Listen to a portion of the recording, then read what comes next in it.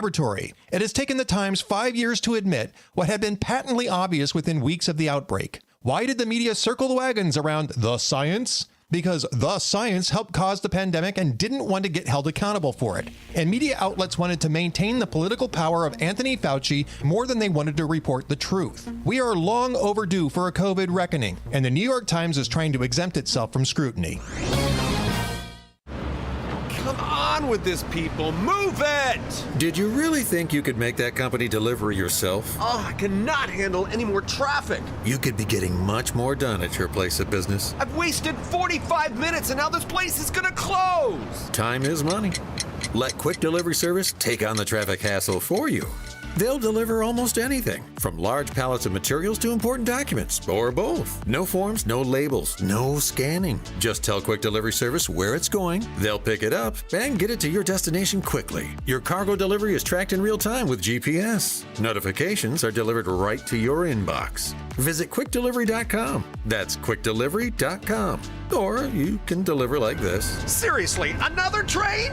Or get your delivery there on time with QuickDelivery.com. Or call 847-534-2244. 847-534-2244.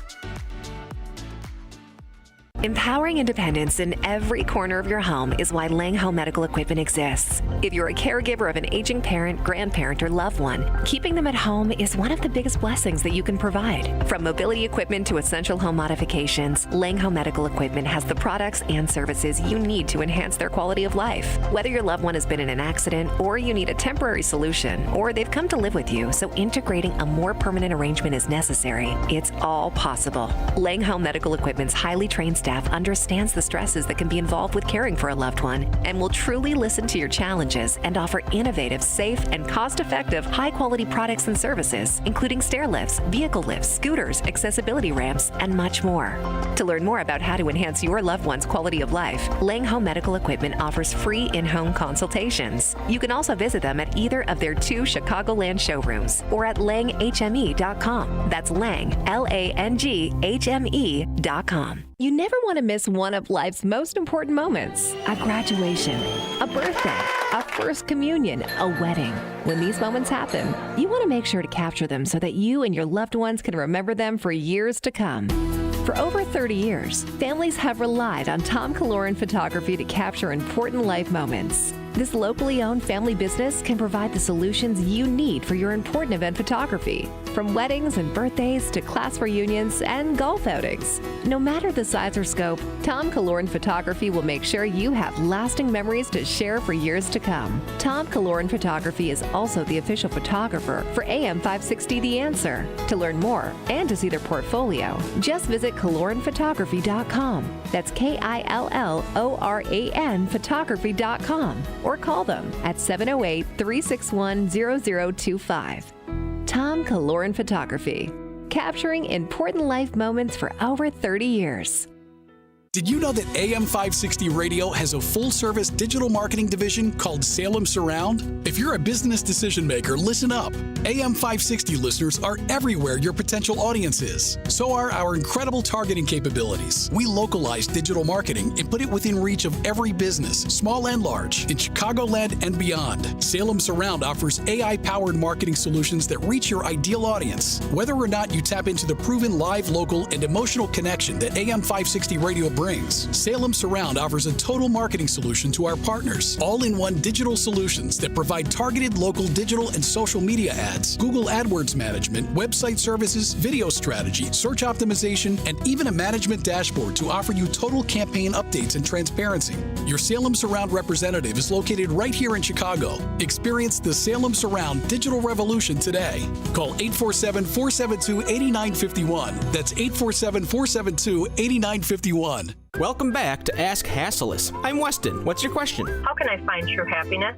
That's a deep, philosophical question that has plagued man for centuries. Do you know the answer? Of course. Happiness is the byproduct of a great night's sleep and instant savings. That's it? Through Monday at Hassellus, get instant savings of $248 off a new Queen Beauty Rest, Sealy Posturepedic, or Serta Perfect Sleeper. Save even more on a king. That's the secret? Get a Beauty Sleep by Beauty Rest Elm Cove B Queen. Others sell it for $12.99, but Hassellus has it for $8.42, and with instant savings, it's only $5.94. Check out instant savings on Sealy Posturepedic and Serta Perfect Sleeper, too. Ooh, I'm feeling content. Plus free next day delivery, Cheerful. free haul away of your old mattress, Jovial. and employee-free showrooms. I've achieved maximum merriment. Instant savings through Monday at Hassellus Mattress. Open 9 to 9. Find a self-service Chicagoland showroom near you at hassellus.com. Hassellus, employee-free since 2014.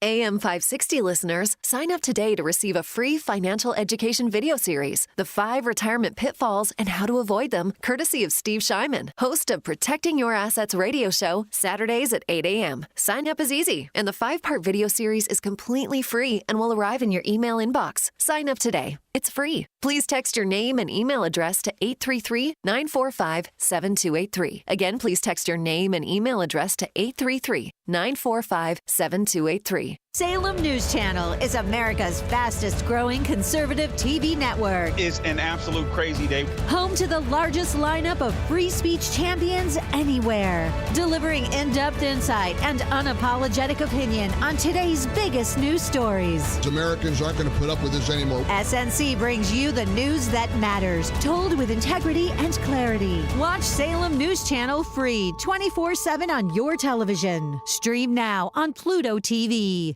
MyPillow is excited to announce that they're extending the mega sale on overstock clearance and brand new products. For example, save $40 on the new spring MyPillow bed sheets, any size and any color. Save 30% on their brand new My Crosses. They're designed in the likeness of the one Mike has worn every day for over 20 years. They come in men's and women's, and they're made right here in the USA. Get the 6-piece bath or kitchen towel sets for only $29.98. The initial quantities are extremely low, so get them now before they go. And the best-selling standard MyPillow, just $14.98. To take advantage of the Mega Sale 2.0, go to MyPillow.com and use promo code LIBERTY or call 800-489-0201. But that's not all. You'll get free shipping on orders over $75. Once again, call 800-489-0201 and use promo code LIBERTY, or visit MyPillow.com and use promo code LIBERTY. Now, from the Signature Bank Studios. Portions of the following show may be pre-recorded. This is Chicago's Morning Answer with Dan Proft and Amy Jacobson on AM 560. The Answer.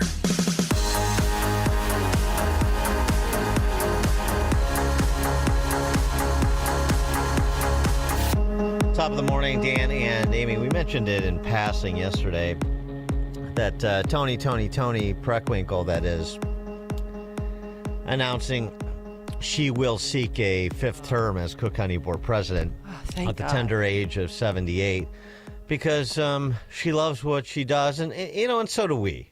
I'm running for re-election because I love my job. Aww. And I thought about it. If I didn't run for re-election, I'd just find a different job. And I doubt that I could find one that's as interesting and challenging and as important as this one. Wow, she's doing it for us, right? Dan? Well, she's doing it for herself. She enjoys it. I mean, she enjoys it, and we enjoy her enjoyment of it. 312-642-5600, turnkey.pro answer line. This is her 5th term, by the way. Yeah.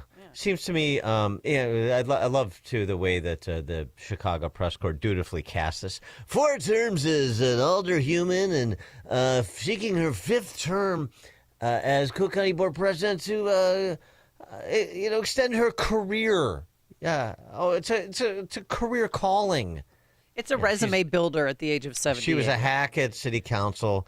She's a hack as Cook County Board President. She's also the chairman of the New Marxist Party in Cook County, don't you know? And so, it would be an opportunity, difficult race, clearly, but it would be an opportunity for an upstart if there was such a person, or if there was such a party that would platform such persons to run a campaign of contrast with Toni Preckwinkle to call the question of, well, she's been in charge not of the party and of the county for 2 decades.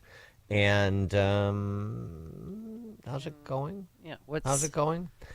Not to mention, you could build an interesting coalition of the disaffected potentially.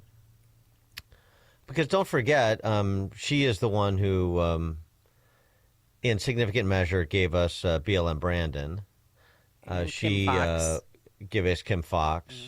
She was instrumental in ousting Iris Martinez as clerk of the circuit court, and Iris Martinez, went rogue and started providing detail about the impact of the Safety Act that supported everything that we and law enforcement and most prosecutors said would happen. And that made, the entire Dem socialist power structure look bad. So she got primaried. She got ousted. So, there's a lot of, potential allies, at least of convenience with respect to Preckwinkle. And it would just be an opportunity to make arguments that most people are not hearing in Cook County because who's making them? 312-642-5600, turnkey.pro answer line. Our text line is also up and running right now. Wasn't she responsible too for getting rid of Richard Boygan and Fritchie because they didn't like the sugar tax? Yeah, that's and a little bit. She's a queen bee. That's a little bit below the fold, but I mean, it speaks to her, position as a party poobah. By the way, on BLM Brandon, not exactly embracing the job he's doing at present. She was interviewed by, well, it doesn't really matter. It's all the same. And just what she said. How do you think the mayor's doing? I try to stay in my lane. I got a lot on my plate in the county. Made him. Huh. I try to stay in my lane. She's never stayed in her lane. Well, where's the backing of BLM? Yeah, running from that dumpster fire as fast as they can, all of the rest of these potentates. Meanwhile, how is BLM Brandon doing, since you asked? Trying to put a 3% squeeze on city contractors, asking them to reduce their prices by that amount on all invoice sent to the city of Chicago to pitch in and help us get past, quote, difficult economic times, unquote. Who's going to sign up for that, Dan? What's the source of the difficulty of these economic times, do you think? Because I remember a city that had so much disposable income that it could spend a few $100 million at least on people that they welcomed into the city from other countries who entered this country illegally. We had nothing but cash when it came to providing shelters and services for people in this country illegally because, of course, we're a welcoming city.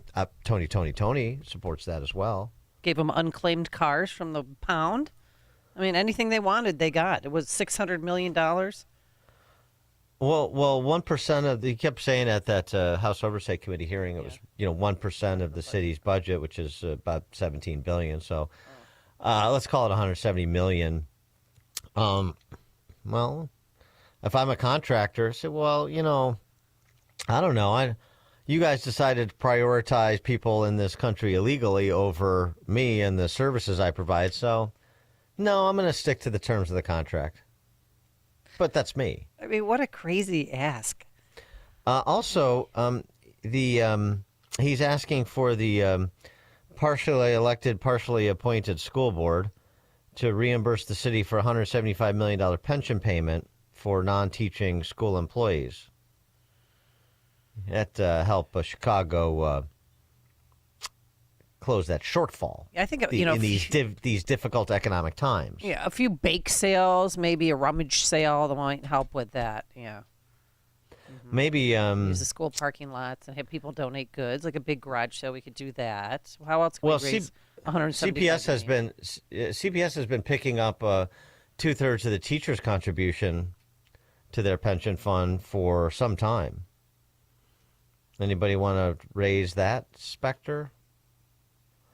When BLM Brandon and his appointees or allies on the school board are green-lighting the economic terms of this pending CPA to make Chicago public school teachers, frankly, already the highest paid teachers of any major city in the country, if you adjust for cost of living, to make them the highest paid teachers in the country by a pretty wide margin, about a 50% increase in their salary over the course of the life of this proposed contract. And that's, of course, the expense does not include the pension implications of teachers making the median salary moving into the low 140s. So, and what does Preckwinkle have to say about that? What does Jelly Belly have to say about that? They present this united front for the most part, with everybody sort of dodging or piling on BLM Brandon because it's easy to do. But it's with party politics, it's never as unified as they would have you believe. There's always an element to varying degrees of every man, woman, and child for themselves. Because it's a den of thieves. For the most part. So, I don't know. I mean, we're trying to talk about it in the context of local elections too, boy. Toeholds in some suburbs, holding on to the few bright spots in some suburban communities. We talked last week to Dan Patlack in Wheeling Township. I mentioned Keith Pekow's re-election race for mayor of Orland Park. But, at some point, be interesting for somebody to encourage, provide a plan for play and Cook and the Collars, where 60% of the state lives, against all these people that, for the most part, are really bobbers in the water. That doesn't mean they're going to be easy to sink, but there's opportunity there. And gosh, I don't know. I mean, as fatalistic as I am about Illinois, and so many others are, understandably so, it doesn't mean that opportunities don't present themselves. Right. Well, here's the question, Dan. What Republican should run against Tony Preckwinkle for the county board president? Bob Fioretti. The Republican or the candidate that should run against Tony Preckwinkle is a name you don't know. Okay. And it's a name I don't know. That's the point. It needs to be somebody from outside the system. It needs to be somebody who steps in.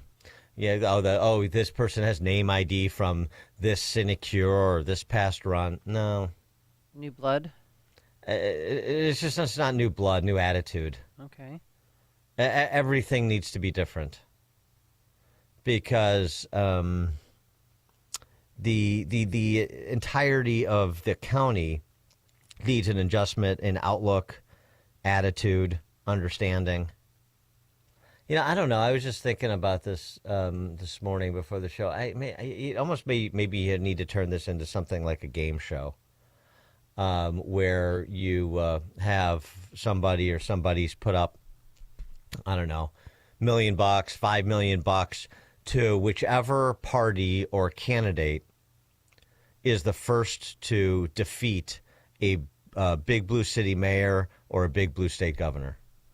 Because I keep saying, because I continue to believe, somebody is going to get picked off. Somebody is going to get caught leaning, is going to get caught, focusing all of their attention on the wrong thing for too long, to the exasperation of their constituents, and there'll be a opponent who is comfortable enough for people who normally go along to not go along.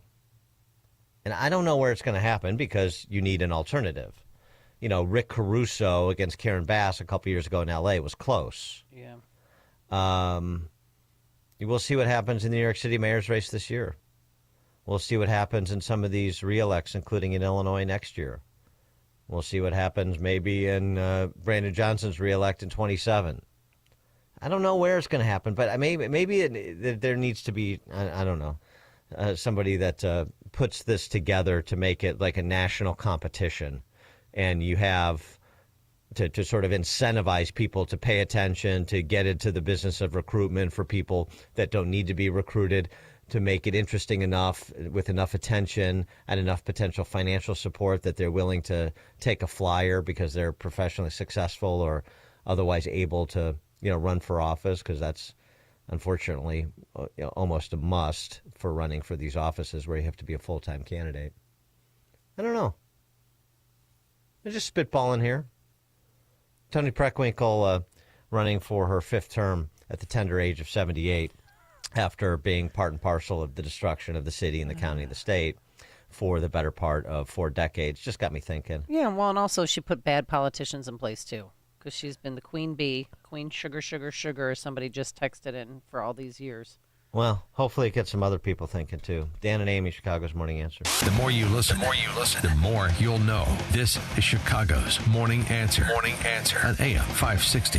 The Answer. Replacing windows in the winter may seem counterintuitive, but the fact is, it's a great time to really feel the difference of high-performance windows from Valdecas. When it's time to consider new windows, siding, and doors for your home, you need to look no further. Sebastian Gorka here to tell you about Valdecas. Valdecas has been the trusted name chosen by thousands of homeowners, and they should be your number one choice too. But what's really behind the name Valdecas? Over 25 years of a team dedicated to providing you with the best customer service experience and products that truly bring value to your home. They are a Pella Platinum Elite Status certified contractor for a reason. They have an A+ rating with the BBB, as well as high ratings and positive reviews on both Google and Houzz. Schedule your free in-house consultation at Valdecas.com. Ask about exclusive manufacturer warranties and the Valdecas 10-year workmanship guarantee. Don't wait. Book today at Valdecas.com. For the best in class, it's Valdecas.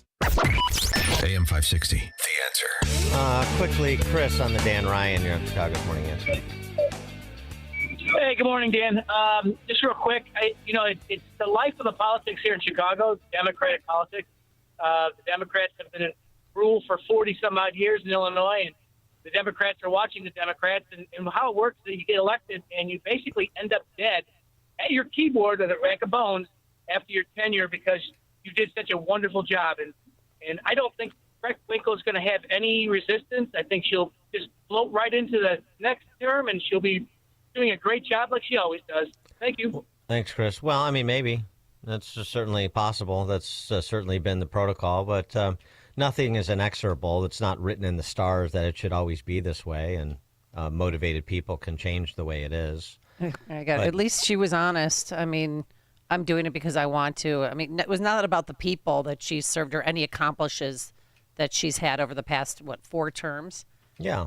Because, I mean, she's not married now. She's single. I never, I think she's married to her job. Yeah, well, I mean, I don't know. She could be on Our Time or The Golden Bachelor or something maybe coming up. I don't know. Golden Bachelor politics episode. That would be or season. awesome. Yeah, that'd be great. I'm going to suggest her. I know one of the EPs over there. Okay.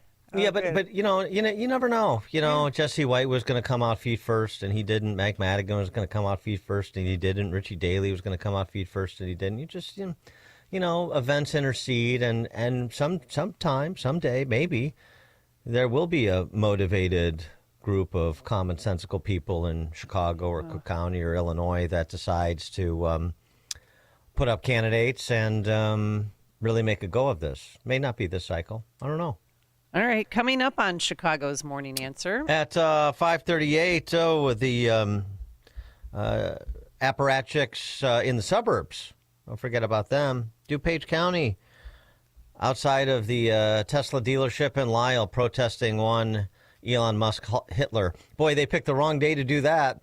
5:38. Sure didn't. Wait till you see you hear about the flags that they were flying. But now let's head into the newsroom. Joanne Jeanette is here. Reporting today from the AM 560 newsroom, I'm Joanne Jeanette.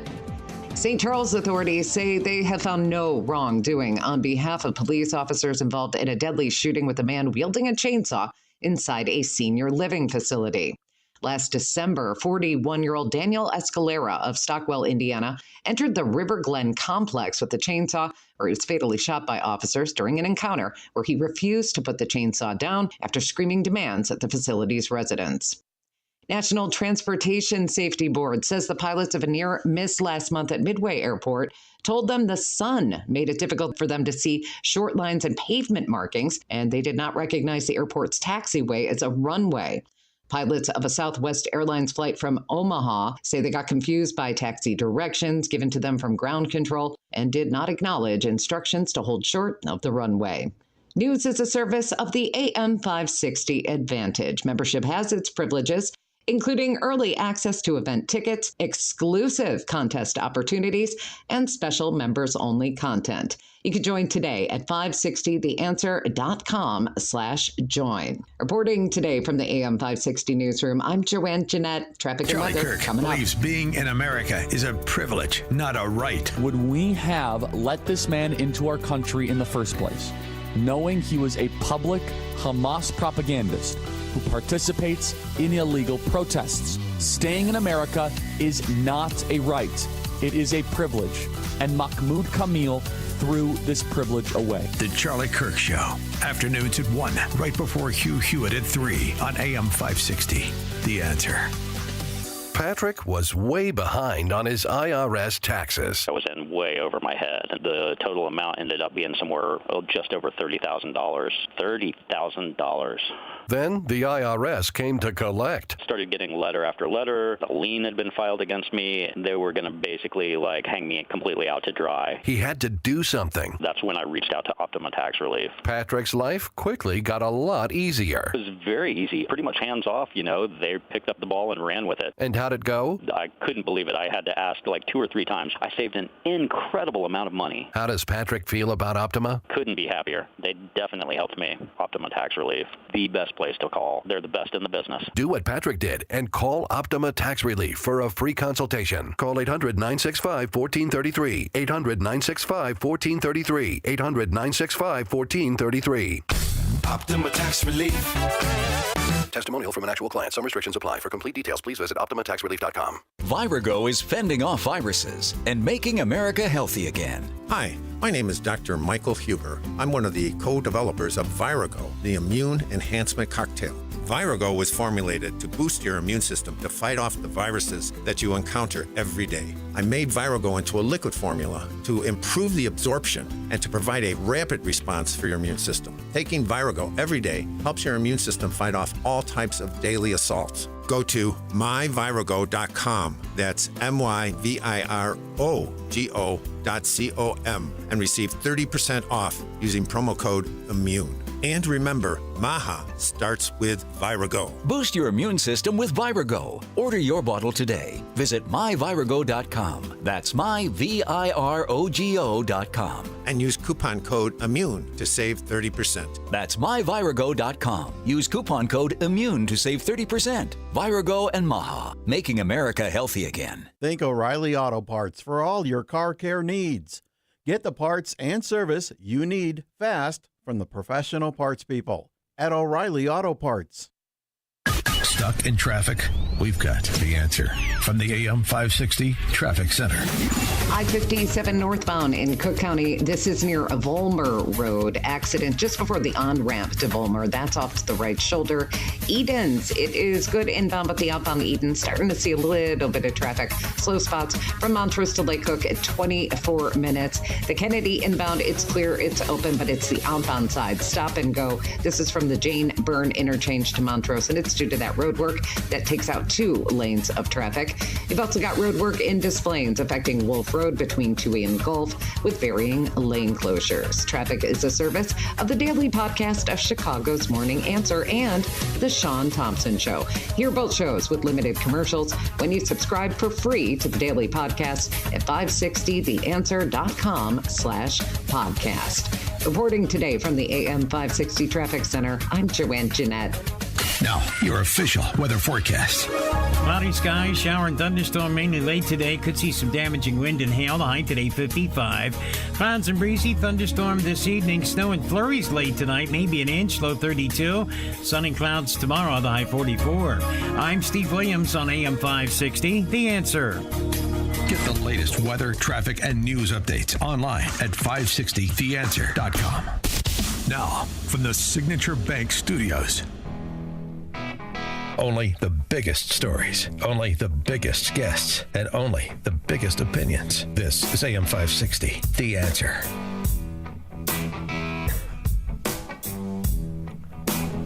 Top of the morning, Dan and Amy. All right. Yeah. Again, let's play along with me. This is directly from the central office, so we got to get on the same page here. When I say, tell me what democracy looks like, you say, this is what democracy looks like, okay? Okay. I can't mess this up. But tell me what democracy looks like. This is what democracy looks like. When I say stand up, you say fight back. I say stand up. Fight back. When I say Elon Musk can go to Mars, you say we don't need his fascist cars. Elon Musk can go to Mars. And we don't need his fascist cars. When I say love, not hate, makes America great, you say the people united will never be defeated. El pueblo unido jamás será vencido. I said it in Spanish there. Yes, the people united will never be defeated, Mr. Proft. When I say who elected Elon Musk, you say no one elected Elon Musk. Who elected Elon Musk? No one elected Elon Musk. When I say democracy is under attack, you say stand up, fight back. Democracy is under attack. Stand up and fight back. When I say when MAGAs lie, you say people die. When MAGAs lie, people die. I'm getting really okay. into this. I'm starting to I want to give you sweat. the full protest experience. Yes. Okay. When I say if you want justice, you say raise your fist. When I say if you want freedom, you say we must resist. If you want justice, raise your fist. If you want freedom, we must resist. All right, so it's just like you were at the Tesla dealership in Lisle yesterday. How'd that feel? That felt invigorating. Pretty good? Yeah, pretty good. Stop Musk. But wait, you have to have a Ukrainian flag, a Canadian flag, or an LGBTQ plus flag. Yeah, and it's an arts and crafts exercise too. So you let your creativity. You don't have to. You just have to lock in on the lingo. But with respect to your signage, you can be the one that puts a little Hitler mustache on a visage of Elon, and have some fun with Musk and another 4-letter word. There's all kinds of things that you can do when you're out there kicking it with your mindless, maladjusted Marxist homies, as was Reed McCullum, who is the top eunuch in DuPage County for the mindless Marxist Party. It's not American, and people are in the streets to protest what Donald Trump and Elon Musk are doing to our country. Yeah, there's nothing like people taking it to the streets in Lisle. I mean... Well, there were 100 of them. They're delicious. So they say, yeah. Were they flipping over cars?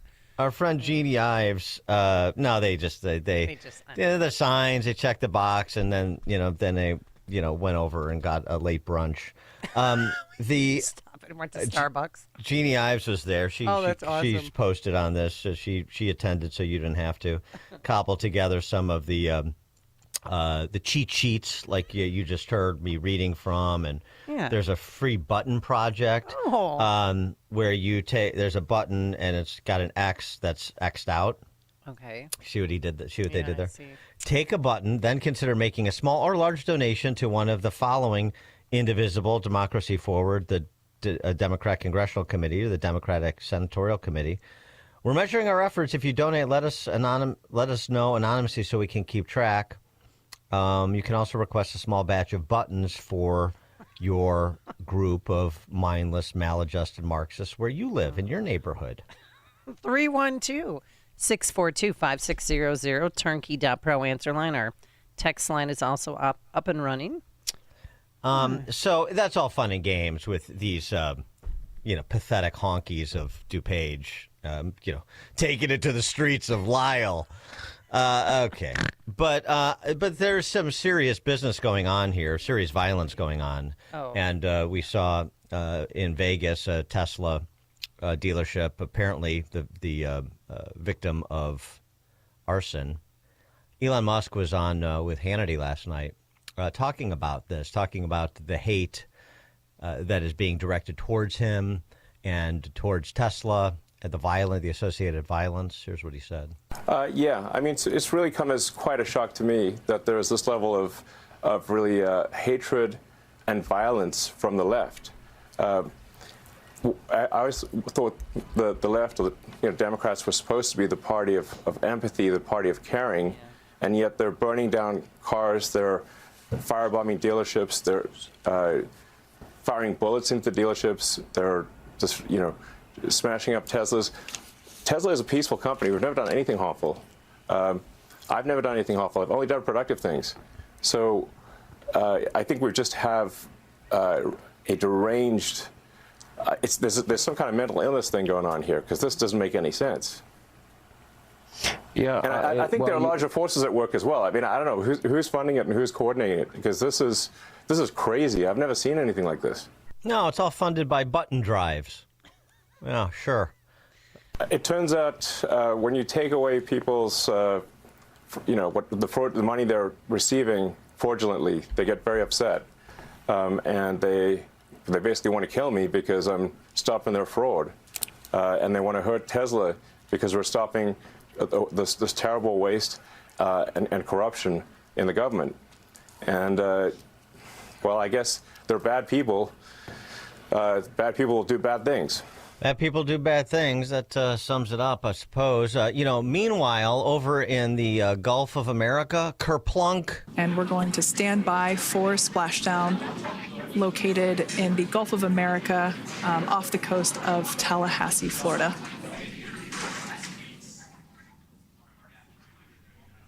I watched it. I was so excited. And splashdown. Crew 9 back on Earth.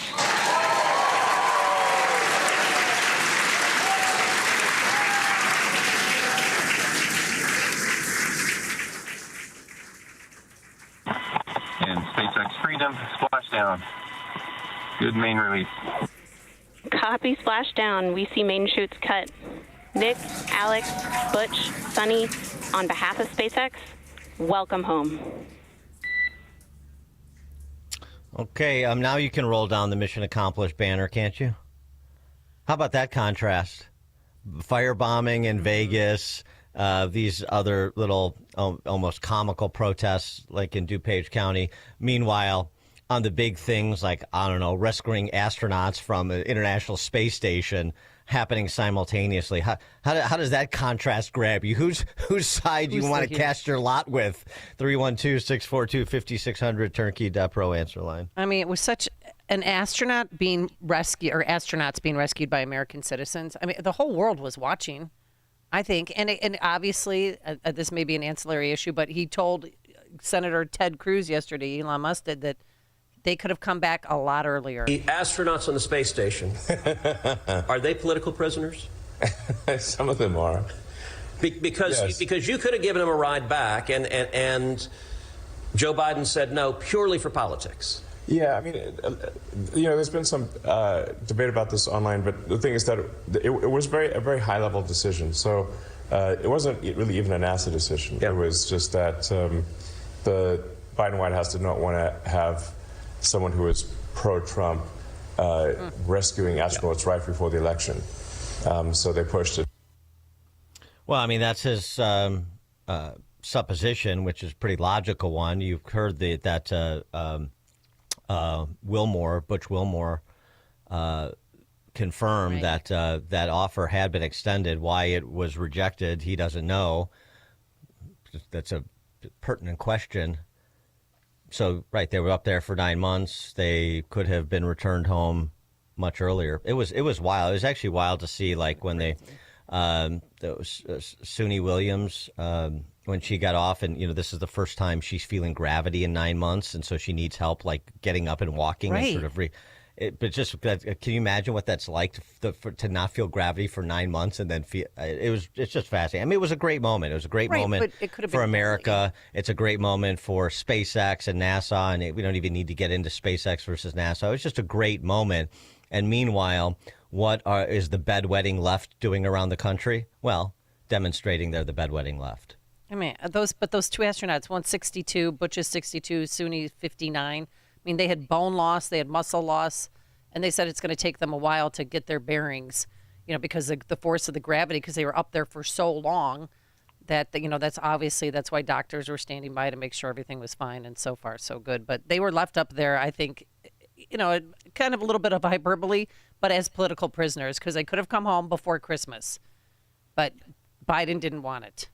Will and Skokie. Hey, how you doing? Speaking as a former physicist, here we have a guy in Musk whose organization, his group of engineers, mad scientists, can actually predict to the minute, right on the minute, when that capsule is going to come down 5 hours earlier. He's got software that can land rockets vertically in chopsticks, just vertically on things like you see in science fiction movies. Do you think that his software people, it's going to be any harder for them to put their algorithms into federal computers and find the waste and abuse?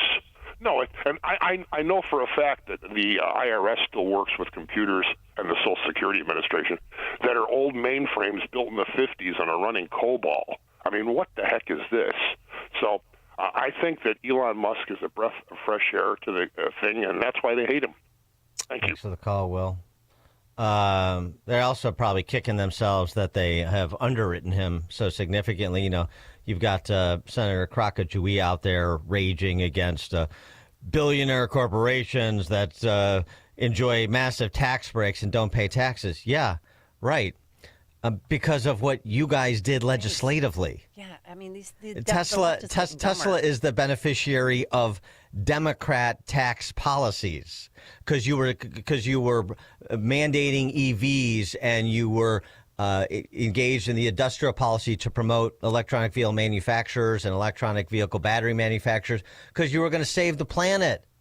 We need to transform our economy and we need to make investments in that transformation. And now it's these billionaire corporations not paying taxes. They make the mess and then they decry the mess that they made. Unless you stay nicely in line with them politically on every single issue. You stray from the orthodoxy, and that's where you get targeted, even if they're really targeting themselves because they lie with such facility, they assume they'll get away with the fact that they caused this problem that they're now bemoaning. Well, I just, on the day where Elon Musk is being hailed as a hero for rescuing 2 astronauts, not only did they have the protest in Lyle that we so beautifully won through, J.B. Pritzker, our governor, in D.C. saying this about Doge. There's no grand master strategy to improve the lives of everyday Americans. This is true villainous cruelty by a few idiots who are trying to figure out how to pull off the scam of their lives. And he's talking about Trump and Elon Musk and Doge. Yeah. On a day when Elon Musk is being celebrated, please. I love this tack that they've decided to take to AOC, Ilhan Omar, now Jelly Belly, and they are fellow travelers. And they are similarly accomplished. That Elon Musk is an idiot. Right. Okay. All right. If that's what you want to go with, all right. Good luck, Kevin in Boston. Hi, Dan and Amy. Must I remind you what they are doing to this man?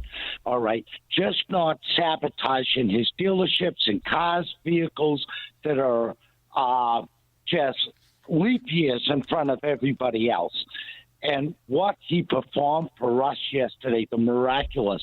But it's the people that are dumping the stock. It's the big players for a company to lose, not because of market variables, but $800 billion.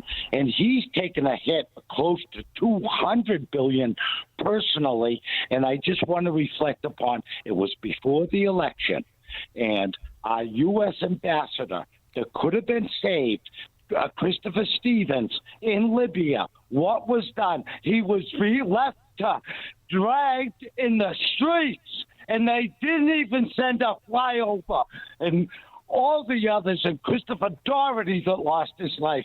This is disgusting what's happening. Good over evil. Thanks for the call, Kevin. Mike in Union. Yeah, good morning. I feel like the election was like the capsule landing in the Gulf. the Democrats will sacrifice America, just like they did the astronauts, those two great American heroes, to score political points, and we're in their way. What a great day for America yesterday. Thanks, guys. Thanks, Mike. That's what we're doing. I mean, Donald Trump is cleaning up every mess that Biden left. He's securing the border. He's making a peace deal in the Middle East, trying to with Ukraine and Russia, and then taking the astronauts back home. Dan and Amy, Chicago's Morning Answer. It's like a hot, steaming cup of information to start your day. It's Chicago's Morning Answer on AM 560. The Answer. Sign up for the AM 560 Answer Advantage to get early alerts on event ticket sales, special discounts, and contest opportunities. Sign up today at 560theanswer.com/advantage. Jeff Tishlar, author of High Tech versus the Highest Tech, has shared his knowledge of the spectacular things that we see in nature as opposed to what man has created, and how this should inform one's faith. Jeff served on the mission field all over the world and has created this highly illustrated and concisely written technical book. The easy-to-read format is understood from the youngest reader to the most intelligent and mature readers. Google and Amazon book reviews include, "This is the best little book I have ever read. It is amazing how much information is in this book." And a beautifully written and illustrated book. The author has a gift for describing complicated technical details in a very understandable style. This book is available now in paperback on Amazon. Search High Tech versus the Highest Tech by Jeff Tishlar. 100% of proceeds go to missions. That's High Tech vs. the Highest Tech by Jeff Tishlar. Something amazing is happening in video conferencing. People are showing up in big ways. That's because CDW is building collaborative and connected video and audio environments with HP Poly. With NoiseBlock AI to silence distractions and group framing to highlight speakers, everyone on your team gets to shine. Make amazing happen. HP Poly and CDW. Learn more at cdw.com/poly. At AlmostFreeTeeth.com, they're dedicated to making smiles great again. If you have medical PPO insurance, find out how you could save 90% off on average to get a beautiful dental implant-supported smile. Check if you qualify right now at AlmostFreeTeeth.com. Your business is under attack 24 hours a day, 7 days a week. It's a fact. Small businesses are the low-hanging fruit.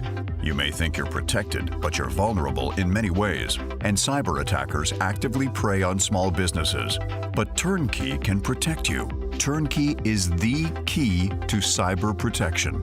Turnkey has a quick and efficient 12-point evaluation to determine if your business, your profits, are at risk. And right now, for a limited time, Turnkey is offering the first month of service to all new customers free. Peace of mind, free. It includes all Microsoft licensing, antivirus, anti-malware, and completed data backup both on-site and off-site, plus help desk support. Don't leave you, your employees, and your customers vulnerable. Talk to Turnkey. Visit turnkey.pro. 3 decades of experience. That's turnkey.pro. Turnkey, the champion of small business. Spring, a time to get outside, be active, play with the grandkids, enjoy life. But if high blood pressure is holding you back, the sooner you get control of it, the sooner you'll stop being a walking time bomb. High blood pressure is a serious issue. Your blood vessels are constricted, your mortality risk is high. So what can you do besides take medications with side effects?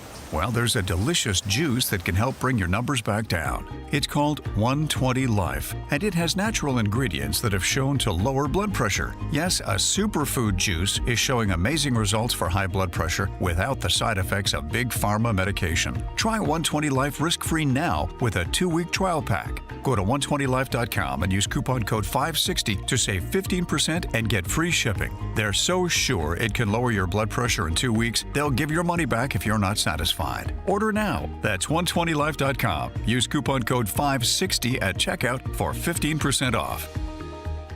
Attention American homeowners, you're under attack. Your home and equity could be vulnerable to cyber thieves. There's only one company that completely stops them, and that company is Equity Protect. Equity Protect prevents any attempts to steal your home, equity, and ownership 24/7. Get your free risk report today by texting the word HOME to 94878. That's right, text the word HOME to 94878 to get your free risk report. Keep your equity and legacy safe with Equity Protect. AM 560, The Answer. All right. Coming up on Chicago's Morning Answer. At 6:06, state representative takes to the House floor and accuses Nicole Georges of lying about what happened in that Deerfield Middle School. We'll start there, 6:06. It is now 6 a.m., WIND, Chicago. Oswald still did it. I'm Chris Foster of Fox News. More formally classified files related to President John F. Kennedy Jr.'s assassination are now public. There are some new tidbits to sift through, but no bombshells suggesting a shooter other than Lee Harvey Oswald in Dallas, November 22nd, 1963. The files can now be accessed on the website of the U.S. National Archives. President Donald Trump signed an executive order making the release of about 80,000 pages possible. Much of it had already been read by grand juries and publicly disseminated in some way, but the president believed having these documents classified was not consistent with the public interest. In addition to the National Archives webpage, the files will soon be available on the White House's website. Gernal Scott, Fox News. Ukraine's president says he'll speak with President Trump today. Ukraine's President Volodymyr Zelensky has accused Russia of targeting hospitals in overnight attacks. This after Vladimir Putin agreed to stop firing on Ukrainian energy infrastructure for 30 days after a call with President Donald Trump. He didn't sign up to the U.S. proposal for a full 30-day ceasefire. Fox's Jonathan Savage. Two astronauts who had been on the International Space Station for 9 months are in Houston for medical evaluations, getting their Earth legs back. NASA's Commercial Crew Program Manager Steve Stitch reacting to Barry Butch Wilmore, Sonny Williams, and two teammates returning to Earth. Post-landing, it was great to watch Nick, Sonny, Butch, and Alexander come out of Dragon and smile and wave as they came out of the vehicle. Saying the operation went just as planned. Wilmore and Williams had been on the International Space Station since last June when their capsule was grounded over safety concerns. Kristen Goodwin, Fox News. A federal judge in D.C. for now blocks enforcement of President Trump's executive order banning transgender troops. America's listening to Fox News.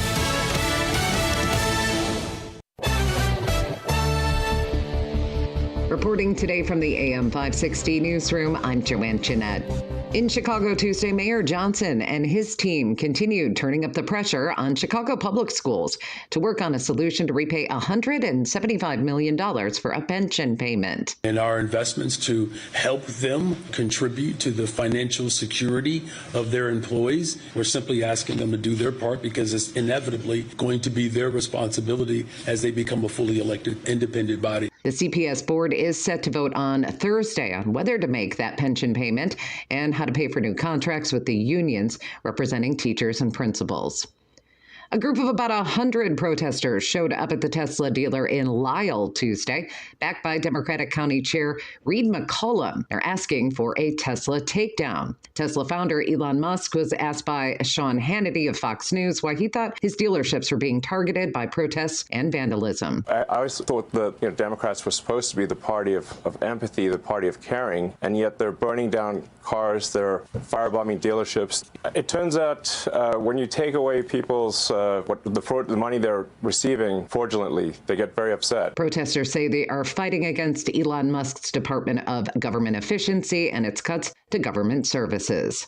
News is a service of In Grace with Pastor Jim Scudder Jr., now heard on Sunday morning at 7:30 on AM 560. Tune in and find hope as Jim Scudder explores God's Word and His world each Sunday morning right here on AM 560, The Answer. At 6:03 in the AM 560 News Center, I'm Joanne Chinette. Your weather and traffic coming up. Mike Gallagher says there will be growing pains. When you cut your wasteful spending, look at it in your own life. If you go from spending like a drunken sailor to putting yourself on a budget, it's going to hurt. You're used to all the things you got when you were spending like a drunken sailor. But all of this is the right thing to do. You know it, and I know it. The Mike Gallagher Show, weekdays at 9, right before Dennis Prager at 11 on AM 560. The Answer. Born on America's darkest day of 9/11, the Tunnel to Towers Foundation has been helping America's heroes ever since. People who put their lives on the line for our country and our communities need your help now more than ever. Join Tunnel to Towers on its mission to do good in their honor. Never forget 9/11 or the sacrifices of this country's heroes and their families. Show your support. Donate $11 a month at T2T.org. That's T2T.org. He's coming. Here he comes. Surprise! Your table saw broke. Also, the warranty expired weeks ago, so you need to pay for a new one out of pocket. At Progressive, we know small business owners don't usually like surprises because they cost you money. But a good surprise that could save you money? Getting a commercial auto quote from Progressive. Oh, and the replacement part you ordered doesn't fit, so it's completely useless. What a waste.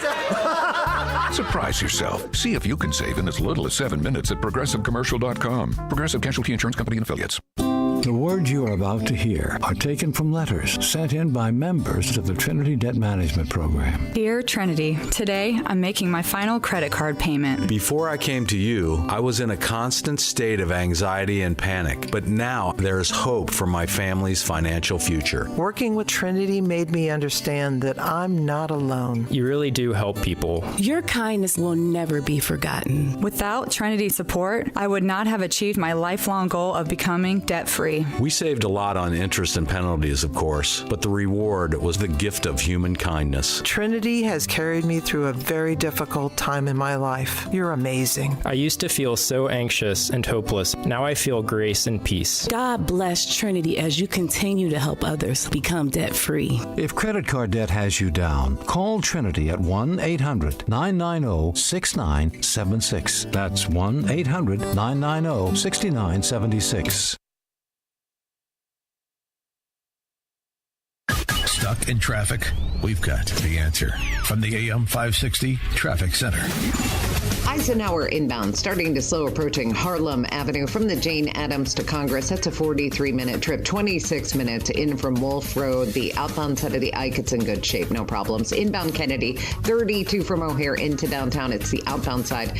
It's going to be slow from the Byrne interchange to Montrose, and that's due to those 2 lanes taken out with road work. Reports of a crash in Elmhurst, Route 83 northbound. This is approaching North Avenue, but it's off to the right shoulder. Traffic is a service of Dan and Amy 24/7. You can now enjoy uninterrupted programming from Dan Proft and Amy Jacobson around the clock all day, every day, including daily replays of Chicago's Morning Answer. Listen now at danandamy247.com. Reporting today from the AM 560 Traffic Center, I'm Joanne Jeanette. Now, your official weather forecast. Clouds and breezy, shower and thunderstorm mainly late today. That could bring some damaging wind and hail, high 55. Clouds and breezy, thunderstorm in the area this evening. Could be followed up by some snow and flurries, maybe an inch tonight, low 32. Clouds and sun tomorrow, high 44. I'm Steve Williams on AM 560, The Answer. Get the latest weather, traffic, and news updates online at 560theanswer.com. Now, from the Signature Bank Studios, this is Chicago's Morning Answer with Dan Proft and Amy Jacobson on AM 560. The Answer.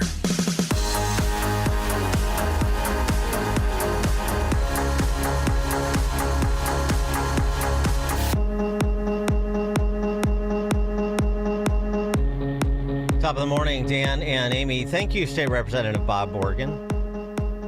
Thank you, Representative Morgan, for putting more kerosene on this fire that Deerfield School District 109 has set.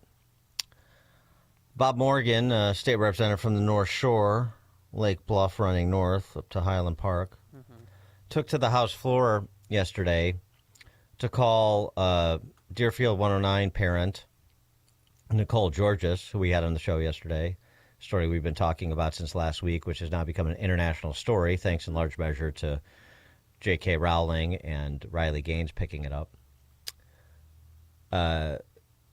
Nicole Georges alleged at a school board meeting last week, as she repeated on our show yesterday, that there's a boy who recently decided he's going to identify as a girl, and he wants to change in the girls' locker room and use the girls' private facilities. They try to offer him a gender neutral. The PE teachers there, gender neutral, not good enough because I'm a girl now because I say so, so I want to be with the girls. And the girls objected, some of them. And the administrators attempted to compel the girls to change in front of a boy. And this is what, and when Nicole George's daughter, 13-year-old daughter, told her of this, this is what prompted Nicole George's to go to the school board meeting last week and say her piece. Well, now this has become a big thing. And yesterday, Nicole George's filed a complaint with the Justice Department. Yep. And this is what your duly elected mindless Marxist legislators in Springfield had to say, Bob Morgan being a good example of it. You know, he's a button-down guy.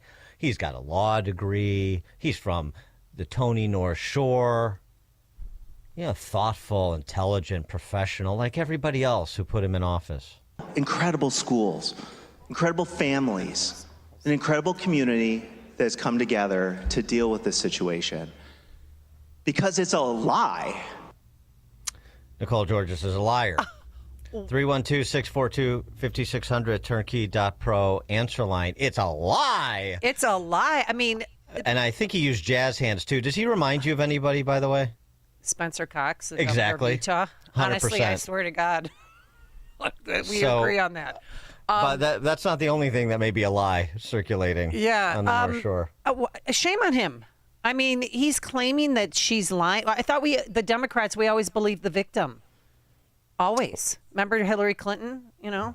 Believe the accuser. Believe the accuser. Not when they're accusing a political ally. Just to refresh your recollection, thanks to Bob Morgan, we'll do so. We'll continue to stay on this story.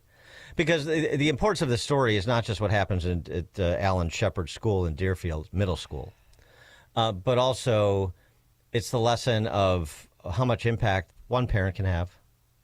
One parent stepping up and saying, nope.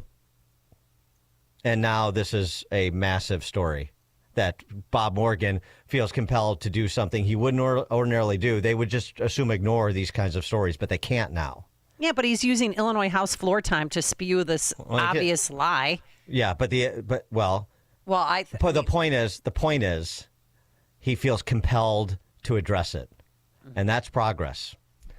Here's what Nicole said last week. My name is Nicole Georges, and I'm here to demand that the locker rooms and bathrooms at District 109 be designated as biological male and biological female, as there already is a gender-neutral option. The girls want their locker rooms and bathrooms back. They want their privacy back. This is why I'm here tonight. My 13-year-old daughter's well-being and mental health and privacy is at stake. This nightmare began on February 5th when my daughter was using the girls' bathroom and was stunned that a biological male student was using it as well. She came home frightened and was extremely upset. I asked her to talk with her teachers and find out more information. She was told by the administration that a student can use the bathroom as well as a female locker room because they now identify as female. I was sent an email to the teachers involved and received a call from Principal Wegley. He verbally reiterated that under Joanna Ford's direction and their legal counsel that the student could use both the locker room and bathroom. I expressed that the school was in clear violation of federal policy. The Trump administration issued an executive order restricting biological males from participating in sports and accessing female locker rooms. That day, I filed a civil rights complaint on behalf of my daughter with the Department of Justice. It has now been referred to the Department of Education. A federal complaint has been filed with the district to protect the students. The situation went from bad to worse. A few days later, the male student was present in the girls' locker room. Feeling violated, the girls made the choice to not change into their PE clothes with a biological male student present. The next day, Assistant Principal Kathy Van Treese pulled the girls into their office, questioning them. The same day, Assistant Superintendent Joanna Ford, Kathy Van Treese, and multiple teachers all came into the girls' locker room, making them change into uniform. This went on all week with the addition of Ginger Laugerman. My daughter refused to take part in having her privacy being violated. How dare they? She ran out and called for me for help. Principal Wegley was offering my daughter a new PE class. The answer was no. She is not changing for the remainder of the year, and she is not changing into another class. The girls just want their privacy, and they want their locker room back. There are gender-neutral options. This is my daughter's story and the story of many other young girls who have been forced at the difficult age to do something they know and most adults know is wrong. Do the right thing, Deerfield, and give these girls their locker room and bathrooms back. 312-642-5600, turnkey.pro answer line. You know, we haven't mentioned this, but I did want to also profile the school board. There's a group picture over the Deerfield Public School District 109 website. Yeah. It looks like the cast from Midsummer. Sari Montgomery, Ryan Keogh, Kelly Jackamew, Rosie Benar, Andrew Morrison, Mitch Dornfeld, Kate Joyce. What are they doing? They're your elected representatives on the school board for those local schools. I don't want to absolve them of responsibility for what's happening here either. Oh, but we're directed by the superintendent. Oh, but according to legal... Nope. No according to's. You have to use your own critical thinking skills here. You have to use your own judgment so that we can see whether you possess any sense or not, any propriety or not. That's where this is at. By the way, State Representative, it's a lie. How does he know that? It's going to be very interesting because Nicole Georges told us. She has audio of it. She has audio recording of the interaction between the girls and those administrators she mentioned, compelling them to change in front of the boy or face disciplinary consequences. But also going into the locker room with them, that is creepy. That's illegal. And I think she was heading over to the Deerfield Police Department as well. Well, I don't know if she filed a police report or not, but she said she was going to when we spoke with her yesterday. 312-642-5600, turnkey.pro answer line. And I was shocked. NBC5 did the story last night at 10. They didn't have this state rep. I don't even want to say his name. They didn't have him on. It's a lie. It's a lie. The girls are lying. Are you kidding me? There's no compassion for the victims there at all. State Representative Bob Morgan I bet he does a great Ethel Merman. I love a parade. The Center on Halstead, a Chicago-based advocacy group that works to advance the city's LGBTQIA2S++++++++ community, said the incident is a reminder how negative and vitriolic stereotypes can have devastating consequences. What? Nobody's stereotyping anybody. No. It was a simple incident where the girl said, "We don't want to change in a locker room with a boy." Oh, the stereotype is that someone with a penis is a boy. That's a vitriolic stereotype. He was a boy before the election. Then once Biden lost, or Harris lost, then he transitioned. This is why I keep saying a trans girl or trans woman is a woman. Same thing. You have to make a decision. Right. You can't yes be or on no. the fence. Matt in Mount Greenwood. What to say? I think Bob Morgan's a fine fella. And, I wonder if there's anything that they might be able to do with Morgan regarding his slanderous comments. Not a lie. It's obvious what happened. But what say you, Dan, regarding anything brought against him regarding slander? I mean, you're just accusing somebody of not telling you the truth. I don't know that that's slander. Thanks for the call, Matt. And I mean, I wouldn't call Nicole Georges a public figure, but to some extent, she has made herself such with her activism, which is not a negative; it's a positive. It takes courage to do what she did and is doing. But yeah, I mean, I doubt you have a defamation case there based on just suggesting that the truth is not being told. Now, if you continue to persist that it's untrue or that she is a liar or her child is a liar, when the evidence is actually presented that substantiates the claim, then, but... I just love liberals only believe women when it suits them. Got a text message, Dan and Amy. I want to know, where are the dads? They're with Bob Morgan, taking in local theater, and not that's not a vitriolic stereotype because I like theater too, and I also like show tunes. Yes, but I don't like Bob Morgan. I love a parade. Kathy and Joliet.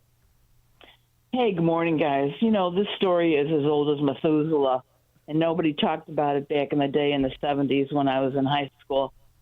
Our gym teacher, who liked women, but nobody talked about that either back in the 70s, she was walking around the locker room checking to make sure the girls were taking showers.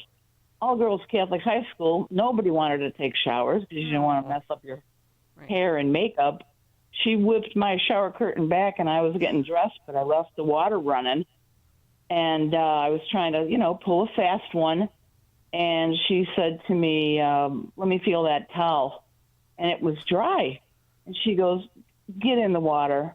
And she made me soap up in front of her. Sure. And hey, get that shower. spot. Make sure you get that spot. Don't drop the soap.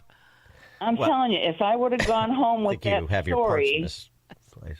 Well, you know what? If I would have gone home with that story, I would have had my butt kicked by my parents, told I was a liar, and the school would have done nothing about it. And here I remember all these years later, and I just retired from employment, so you know how old I am. And that story sticks with me like yesterday. So well, it's disgusting and hurtful. Thanks for the call, Kathy. I'm sorry you had to go through think that. about back in the day at some Catholic schools where the boys would swim nude. Well, my dad at Lane Tech.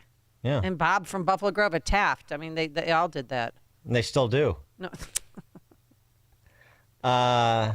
I'm sure my dad loves that I tell that story, but it's true. The boys, you know, if you went to all boys schools and you just swam naked. No need for a bathing suit. So weird. I just got out of the pool.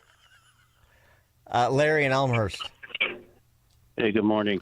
Hey, a couple of quick things. You never hear about this happening in the hood in the inner city schools, and these so-called kids that think they're males that think they're females. Later on in life, they're still going to have to see a proctologist anyway. Thanks for the call, Larry. Well, you do hear about the sexual exploitation of children in the schools in the quote-unquote hoods. Yeah, but nobody because cares. it's everywhere, which is a point we talked about at some length yesterday. Oh, and by the way, you know that Downers Grove soccer coach / tutor that was molesting a 15-year-old? Do you know that she hasn't? This is what I don't get this. This happens all the time because I saw it firsthand too. They don't get arrested. They're on administrative leave with pay. Why isn't she behind bars? I think she hasn't she been arrested? No. She's on administrative leave with pay. Well, because they found the mom found text messages on her son's phone. Yeah, the story's been widely reported. She hasn't. I thought I saw a mugshot of her. Oh. Yeah, I think she's been arrested. All right, let me double check. But I know but even if she was arrested, she's still on administrative leave with pay. Innocent proven until proven guilty. Yeah, no, because the unions protect their own. Joe in Naperville. Yeah, I just don't understand this whole thing. If I had my kids at a park and I made the boys and girls change in front of each other, I'd be in jail. Why aren't these people being held accountable with a criminal law? And everybody that was associated with it was a co-conspirator. I just don't get that. They need to do this because it would end in its tracks today. Thanks for the call, Joe. Yeah. Well, I mean, I think Nicole Georges needs to decide if she wants to attempt to make this a police matter. And again, she told us yesterday that she was going to do that. So we shall see. The Downers Grove South teacher was charged with 3 counts of sex abuse. But Bill and Glen Ellen. Yeah, I have to second that about making this a criminal matter. But at the same time, how much money do you think those girls are going to get once the parents sue this school district? Because that's completely, it's just amazing to me that teachers can force girls to undress in front of a boy and think they can get away with that. I know it's Illinois, so there's going to be an uphill battle, but they should still sue that school for everything they can get. Thanks for the call, Bill. Yeah, they're hiding behind Pritzker's executive order, his trans-affirming state and all this stuff. That's what they're hiding behind. The school district is as well. Bob in Buffalo Grove, hopefully clothed. Yes, thanks for the shout-out, Amy. I'm wondering into the future, are we going to see unisex locker rooms we already have them in bathrooms in the schools, but are we going to see unisex shower rooms? You do have. Well, I don't know about locker gender room, neutral. You do have some of those bathrooms. You call it unisex, call it gender neutral, call it what you will. I mean, that was one of the offers that was made in Deerfield. Bob, do you still swim naked, by the way? Bob Morgan wants to know. No, not anymore, but I can remember when the girls tried to break into the swimming pool to see the guys. See Bob from Buffalo Grove. That to is see Bob awesome. from Buffalo Grove. That's what the girls were girl. looking for. All right. Grief. That's hysterical. I can't get that. At least image Lane out of my Tech, it was mind. all boys until the 70s or late 70s. I can't remember. Chris and Carrie. Hey, good morning, guys. So I attended St. Viator back in the day, and there was always the threat that if we had forgotten our Speedo that we had to wear for gym class, that we'd have to swim naked like they used to have to do back in the day. But one of the teachers, and he wasn't gay in any means, but he used to, for exercise, used to stand on the shallow end in the corner naked and kick his legs do a water aerobics. And if you were classified like rock to dolphin, and all the rocks had to swim in the lane that he did, and it was always terrifying for those poor kids who were the rocks to have to swim with him kicking his legs while standing there naked. Can't you kick your legs up with a suit on? Is that too much to ask? Things were different in that day, I guess, but I don't know. That's still, that whole thing is still it's weird to me. I'm glad I didn't go to Catholic school in that era. Sean and Darian. Hi, good morning, guys. I have a story similar to that lady in Deerfield. My daughter started this last year. She and her girlfriends seen this transgender kid that has been in the school for a while, and he started changing with them in there. So as soon as I get a whiff of it, I go up there, confront the principal. He's spineless, So I said, all right, well, I'm going to go to superintendent.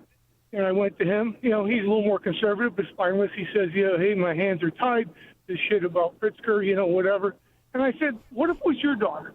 I said, what would you do? I said, listen, right now, I'm thinking about going over to that school and dragging that kid out of that goddamn locker room. I don't give a shit if you arrest me or not. So, and my daughter begged me. She begged me not to go any further. That's of course. The problem. That's where they got you. Yeah, of course. But, so how did it resolve itself? Oh, it did. I mean, the superintendent and the principal went and hid in their closet, and then my daughter and her girlfriend kind of dealt with it. But like I said, I would have, trust me, I would have done some things, but my daughter was begging me, crying not to do anything. So that's where I put the brakes on. Yeah, well, I understand that. Thanks for the call, Sean. But I mean, the whole thing is then that the whole place is up for grabs, and everybody again. We've been talking about this for years now. Everybody has to change the way they do things, right, and what they have to be made, what they have to learn to be comfortable with or to tolerate, because of because one person wants to pretend to be something they're not. And Trump won for this reason. In part, right. Greg in Jefferson Park. Hey, good morning, guys. Hey, like Bob, I was a student at Lane Tech in the 70s. I think I was the third class with women, so obviously there were not a lot of women there. And I don't know if Bob mentioned this, but you didn't wear a bathing suit, but you had to wear a cap. A bathing cap? Yeah, you had to wear a cap. So all these guys walking around with their schlongs and wearing caps, and like Bob said, anytime a female student came walking in there, everybody got out of the pool and started jumping up and down. Embarrassing. We're getting so many text messages. This one, Dan and Amy, I went to Glenbrook South back in the day. Guys swam naked, and there was an underwater window that the girls found. I think that's that was like a discarded Porky sequel script.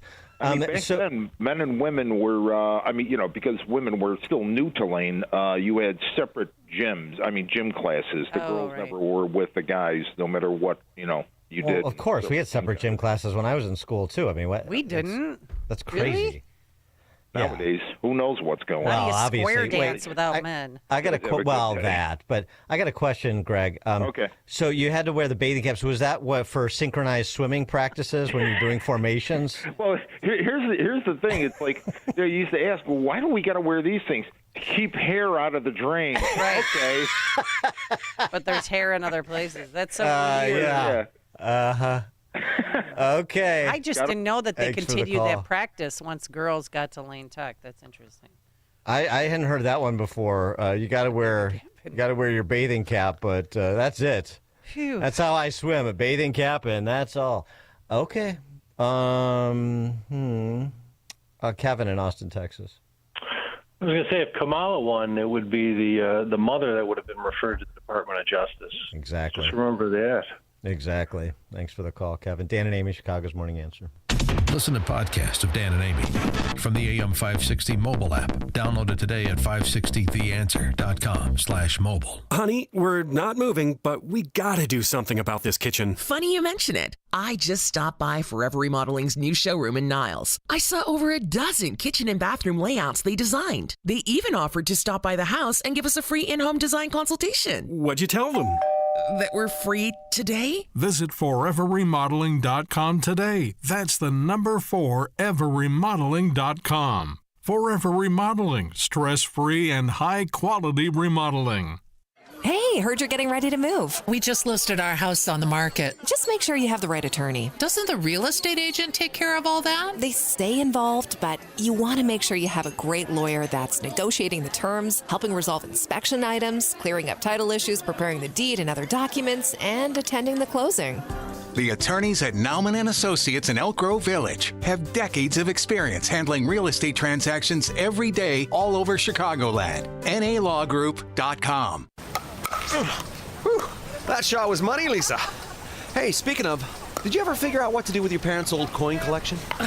Not yet. I need a reputable dealer to appraise them. I have no clue what they're worth. I just finished working on my dad's estate collections. I took it all to Fox Valley Coins. Their customer service was the best. Plus, they're super honest and reputable, but most importantly, experienced. They'll give you the best prices. Really? They handle estate collections? Absolutely. Buying, selling, appraising, they do it all. It was quick and simple, and we maintained our privacy. Fox Valley Coins made the whole process easy. That's exactly what I need. Are they local? Right in Naperville. They have an easy website to remember. FoxValleyCoins.com. Perfect. Now let's see if you can return this shot. Whether buying or selling or just want valuation, Fox Valley Coins is your trusted gold and silver dealer. Visit Fox Valley Coins, 1 light north of I-88 on Route 59 at the Naperville-Warrenville border. FoxValleyCoins.com. Family-owned integrity since 1981. AM 560, The Answer. Whew. Lots of naked swimming in gym class. All right, coming up on Chicago's Morning Answer. We'll talk to our friend Batya Ungar-Sargon from Newsweek after her star turn on Bill Maher's show. And the topic we discussed the other day, what she had to say about Trump's agenda is actually a left agenda. That's at 6:36. Now into the newsroom we go. Here's Joanne Jeanette. Reporting today from the AM 560 News Center, I'm Joanne Jeanette. National Weather Service says that there's a threat of strong and severe thunderstorms expected for the Chicago area today. Expected around noon and again between 3 and 8 p.m. Scattered thunderstorms with high winds and a possibly large hail could hit the area. Woman in Deerfield has filed a complaint with the Justice Department after she says her daughter was forced to change her clothing in front of a transgender classmate. Nicole Gorgeous has also filed a police report. She alleges her 13-year-old was forced by an assistant principal and 2 other teachers to change into her gym uniform after being told, quote, "You have to change or you will be facing disciplinary action, and we have audio evidence of that." The student says that the school authorities warned her, and she started crying, ran out of the locker room, and called her mom. Deerfield Public School District 109 says it complies with state law, which mandates students must permit access to the locker room that aligns with the gender identity. News is a service of AlmostFreeTeeth.com. Overpaying for dental implants is over. If you have medical PPO insurance, find out how you could save 90% off on average to get your smile back. Check if you qualify at AlmostFreeTeeth.com. Reporting today from the AM 560 News Center, I'm Joanne Jeanette. Your weather and news coming up next. Make sure that you never miss a day of Dan Proft and Amy Jacobson when you subscribe to the Chicago's Morning Answer podcast, presented by Signature Bank. Listen to the entire show each day on demand with limited commercial breaks. You can subscribe today for free at 560theanswer.com and click on podcasts or search for Chicago's Morning Answer on Apple Podcasts, Spotify, Google Podcasts, or wherever you listen to podcasts. You never want to miss one of life's most important moments. A graduation, a birthday, a first communion, a wedding. When these moments happen, you want to make sure to capture them so that you and your loved ones can remember them for years to come. For over 30 years, families have relied on Tom Kaloran Photography to capture important life moments. This locally owned family business can provide the solutions you need for your important event photography, from weddings and birthdays to class reunions and golf outings. No matter the size or scope, Tom Kaloran Photography will make sure you have lasting memories to share for years to come. Tom Kaloran Photography is also the official photographer for AM 560 The Answer. To learn more and to see their portfolio, just visit KaloranPhotography.com. That's KILLORAN photography.com. Or call them at 708-361-0025. Tom Kaloran Photography, capturing important life moments for over 30 years. We all hear the radio ads about the IRS. They tell you to be afraid, to be scared, and they try to frighten you into calling. I'm not here to do that. Tax Relief Advocates is different. TRA is here to tell you that if you owe money to the IRS, whether it's $5,000, $50,000, or $500,000, we have a solution. It doesn't matter if you're sitting in your car, at work, or with your kids. No matter where you are, call now. 800-575-6745. Don't lose hope. TRA can eliminate or reduce what you owe to the IRS. Generous programs are now available that can give you a fresh start. Our passion is taxes and helping individuals fix their IRS problems. We have over 1,000 5-star reviews on Google and an A+ with the Better Business Bureau. You don't need to be afraid of the IRS any longer. End your tax nightmare today by visiting us online at TRA.com or call 800-575-6745. That's 800-575-6745.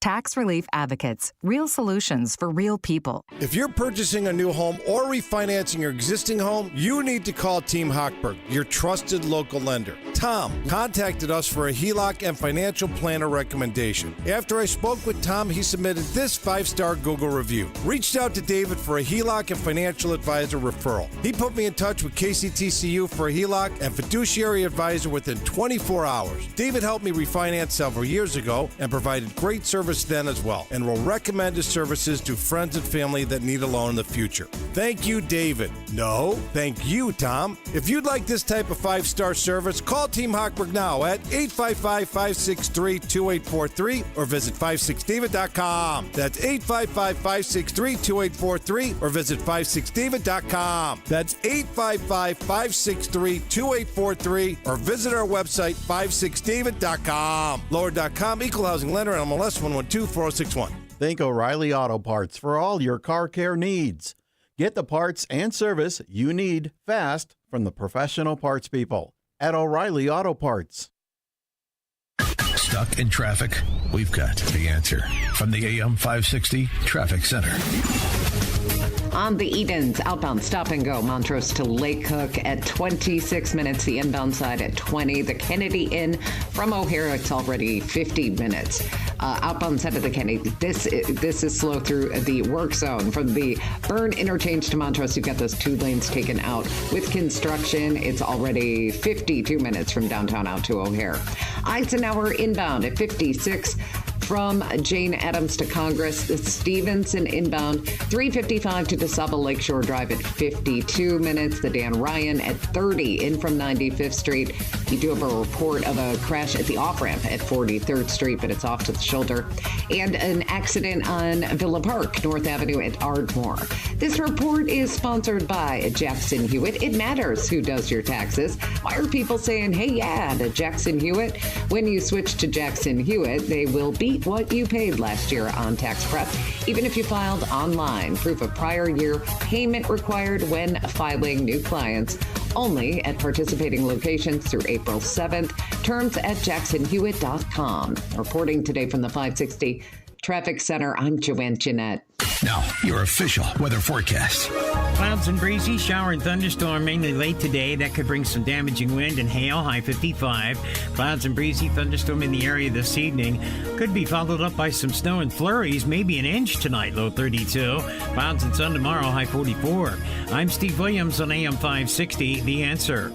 Get the latest weather, traffic, and news updates online at 560theanswer.com. Now, from the Signature Bank Studios. If you're looking for the latest news, insight into what it means, and the sharpest opinion, there's only one station in Chicago where you can turn, and it's this one. We're AM 560, The Answer. Top of the morning, Dan and Amy. Pagliacci Schumer went on The View to converse with those man-hating shrews. And interesting what he had to say. He's very concerned about oligarchs and the future of the republic, of course. He's part of the vanguard for our democracy. So a lot of people responded to the anguish. I appreciate it. I am I wake up 3 a.m. sometimes so worried about the future of the country under these oligarchs or klepto, whatever, or, oligarchs, I guess. And but oligarchs. I mean, oligarchs. Rich people. We've gone through this many times. Rich people on their side, great. Rich people not on their side, oligarchs. Got it. Also, I thought this was an interesting messaging tact, which was to resuscitate an old nugget from the Obama era. Oh. See if this conjures up any memories. And you know what their attitude is? I made my money all by myself. How dare your government take my money from me? I don't want to pay taxes. Or, I built my company with my bare hands. How dare your government tell me how I should treat my customers, the land and water that I own, or my employees. They hate government. Government's a barrier to people, a barrier to stop them from doing things. They want to destroy it. We are not letting them do it, and we're united. Okay, good. Wow. Very convincing. But, I mean, does that remind you of anything? You didn't build that. You didn't build that. You didn't build that 2.0. That's what they're going with. You didn't build that. Billionaire corporations not paying taxes. I mean, it's the new Marxist chestnuts. They're really sort of running around bumping into each other at this point. And Chuck Schumer protesting their unity was a nice capper. For more on this, please be joined by Batya Ungar-Sargon, author most recently of Second Class, How the Elites Betrayed America's Working Men and Women. Batya, thanks for joining us again. Appreciate it. Good morning. Thank you so much for having me. Now, see, I don't understand. I saw you on Bill Maher, and we want to talk about that a little bit. And you said that you were a woman of the left and that you still are. But, I mean, if you're a woman of the left, then aren't you cheering Chuck Schumer taking on those oligarchs on behalf of our democracy, getting up at 3 a.m. to worry about our democracy for you? It's so amazing. For every billionaire that backed Trump, Kamala Harris had 2. She got 75% of donations from hedge fund managers, 95% of donations from the top 3 management consulting firms. 65% of Americans who make over $500,000 a year now are Democrats. And she won with Americans who make over $100,000 a year, whereas Trump won with Americans who make under $100,000 a year. It's just unbelievable because the Democrats have become the party of the rich, and they're so in deep denial about this. I just have to say, when I was listening to Chuck Schumer say that whole, you're so right, it is, you didn't build that 2.0. It's so godless. Like, if you read the Bible, I'm an Orthodox Jew, you read the Talmud, God abhors ownerlessness.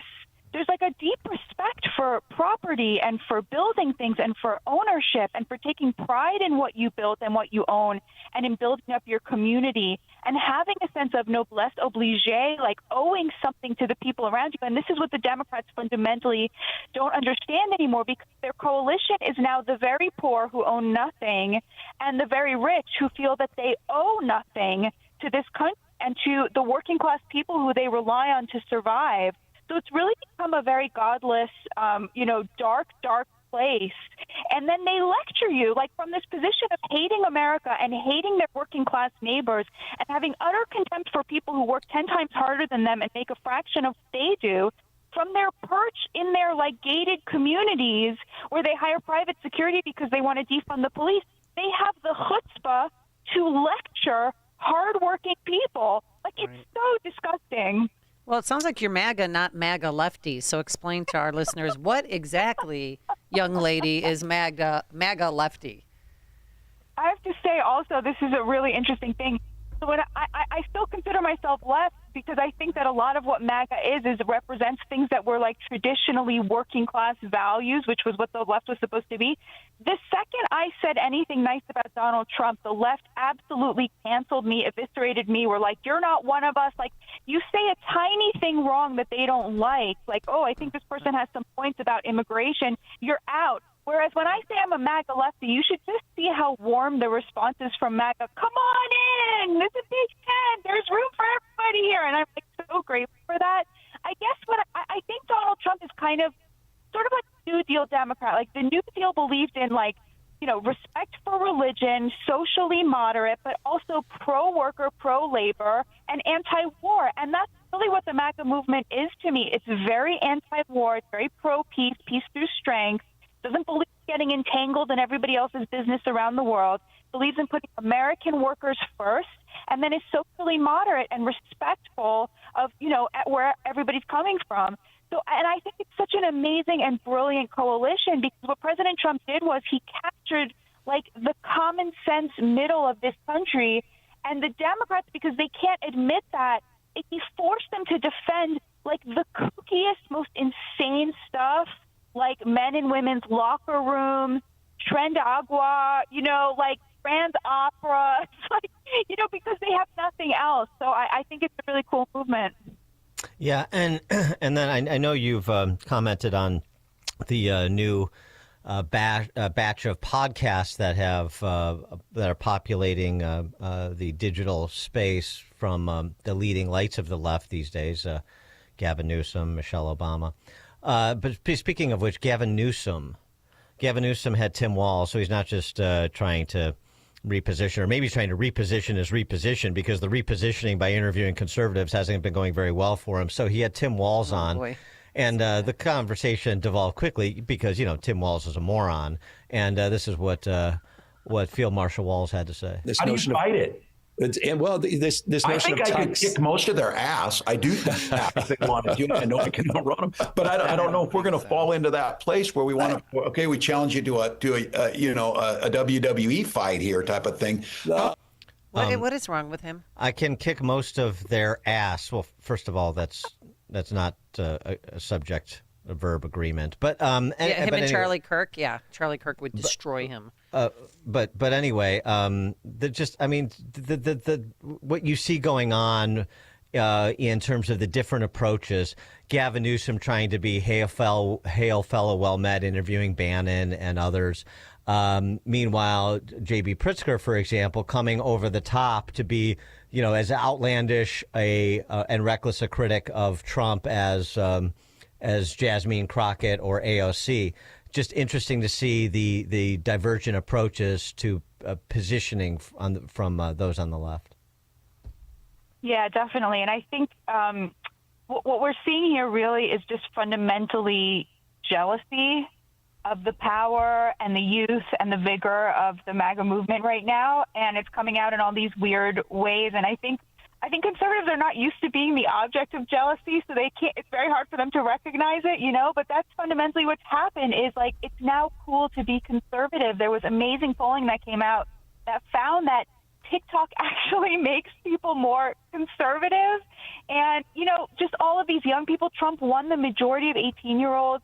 Young people, young men especially, there's just an immense energy and joy and happy warrior thing happening on the right now. And I think there is just so much jealousy because the Democrats thought they were the party of cool and they were the party of young people. And it turns out it's the exact opposite. And so they're kind of having this weird, like, wait a minute, what? We're the lame ones? We're the cringe? We're the old? Like, yeah, you are.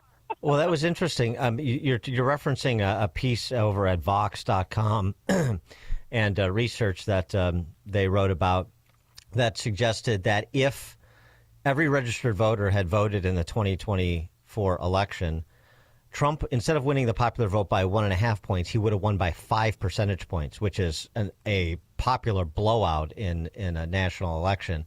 I mean, it just speaks to, it speaks to exactly what you sort of started out by saying, and what others like Rui Teixeira have pointed out about where the Dems are right now. They are the party of the Brahmins, but that is just not anywhere near a majority of the country. And as they're doing their postmortem, I think more and more of them are realizing how out of step they are, but they still have that primary electorate that they've got to appeal to, which is why you see people like J.B. Pritzker taking the same approach that Kamala Harris and the socialist Spice Girls in the House took. Yeah, I think you're exactly right. Like, they don't really have the confidence to say, look, this is what we stand for, and so we're going to push this, and then we're going to try to grow our coalition, because, you know, the thing that they stand for right now, that Brahmin base, which is, as you point out, a huge minority, I mean, 20% of the population, if that, what they want is open borders, no deportations of criminals, trans women's sports. Like, it's everything that is like totally at odds with where the vast majority of Americans are at. Like, most Americans are deeply tolerant, pretty pro-gay. You know, the Trump administration has appointed some of the highest ranking out gay people in American history, but they're not pro-trans. Like, there's a difference there, and that, you know, that kind of commonsensical approach that President Trump is bringing to the table. Let's talk to unions. Let's appreciate the work they do, but also not make it possible for people who don't want to belong to a union, right? That commonsensical, like, growing the coalition by just having a deep and abiding respect for the American people and the American worker, now unthinkable to the left, because they'll lose that 20% that has utter contempt for the working class, and that is their primary motivating factor. I wanted to ask you quickly about Michelle Obama's podcast that she has with her brother, Craig Robinson. You've been listening in, and have you learned anything? You know, it's amazing, because I do think the First Lady is a very gracious person, but she has really become very far to the left. She's picked up on a lot of the grievance culture and grievance language, which is very funny, because she's now worth about $70 million, according to reports, with her husband, former President Barack Obama. And so you have this situation where, like, the complaining is so at odds with the reality, the material reality of life. And her podcast, the same thing that ails the Democratic Party ails this podcast. It is produced for and by rich women. And so all the guests are very wealthy, like Michelle Obama.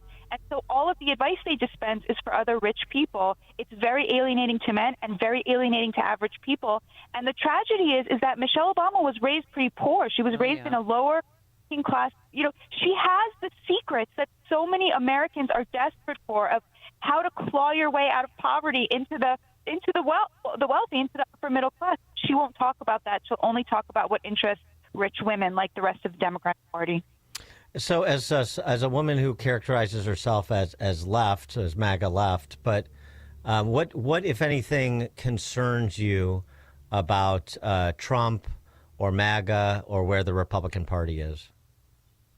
You know, very little concerns me about President Trump. You know, I love the tariffs. I think they are being rolled out a little bit chaotically, but the thought behind them is really strong. I'm worried about the next generation. I'm worried about, you know, for example, I think Trump was really able to neutralize the abortion issue, because he came out and said he supports exceptions for rape, incest, mother's life, the way that 90% of Americans do. He said at a different time that he supports abortion up to 12 weeks, and he wanted it to be a states' rights issue. If the next generation, the inheritors of the MAGA movement, sort of go back to where Trump moved the party away from, which is this kind of very pro-life mentality, I think they could lose a lot of the Democrats who showed up, working class Democrats who showed up for the Republicans for President Trump. So I would be, if they go back to the kind of free trade policy that, you know, President Trump did away with to push this protectionist agenda, they will lose not just those Democrats, but a lot of the working class support that President Trump drummed up. So I think it's really important for Republicans not to misunderstand where Trump's appeal comes from. Batya Ungar-Sargon, author of, most recently, Second Class, How the Elites Betrayed America's Working Men and Women. Batya, thanks for joining us again. Appreciate it. Thank you so much. God bless you guys and all of your listeners. Thank you. And she joined us on our turnkey.pro answer line. There's only one radio show in Chicago talking about today's biggest stories and telling you what they really mean. That show is this one, Chicago's Morning Answer on AM 560, The Answer. Hi, I'm Ken Mariotti, owner of Woodland Windows and Doors, a third-generation family-owned business since 1969. We know you're bombarded by choices when shopping for new windows or doors, so we're inviting you to experience the Woodland difference. For decades, we have been transforming living spaces with Marvin Windows, a fifth-generation family business. Marvin replacement windows have been known to increase the warmth of your cold rooms by 10 degrees. Think about that, 10 degrees warmer.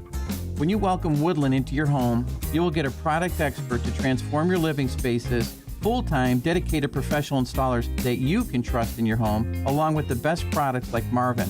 These are the reasons we're proud of our 5-star reviews and family legacy. No gimmicks, no pressure, and upfront pricing are why Woodland Windows and Doors is your trusted window and door expert in Chicagoland. Visit woodlandwindows.com to book your free in-home expert consultation. That's woodlandwindows.com, or stop by our showroom at the corner of Lake and Geary in Roselle.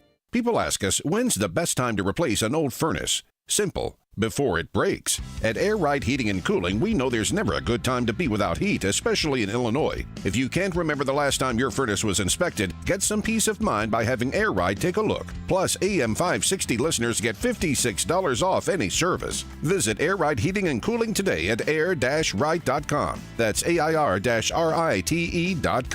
Air Ride Heating and Cooling, doing it right since 1959. Business owners, now's the time for your business to make the move to a locally owned business bank. Hi, Mike Gallagher here to let you know that you don't have to look far. Signature Bank was founded in Chicago with a simple mission to help companies like yours grow, succeed, and thrive. Their decisions are made locally by a terrific team that knows your name, cares about your business, and invests in your success. That's why Signature Bank is my bank. I'm a customer.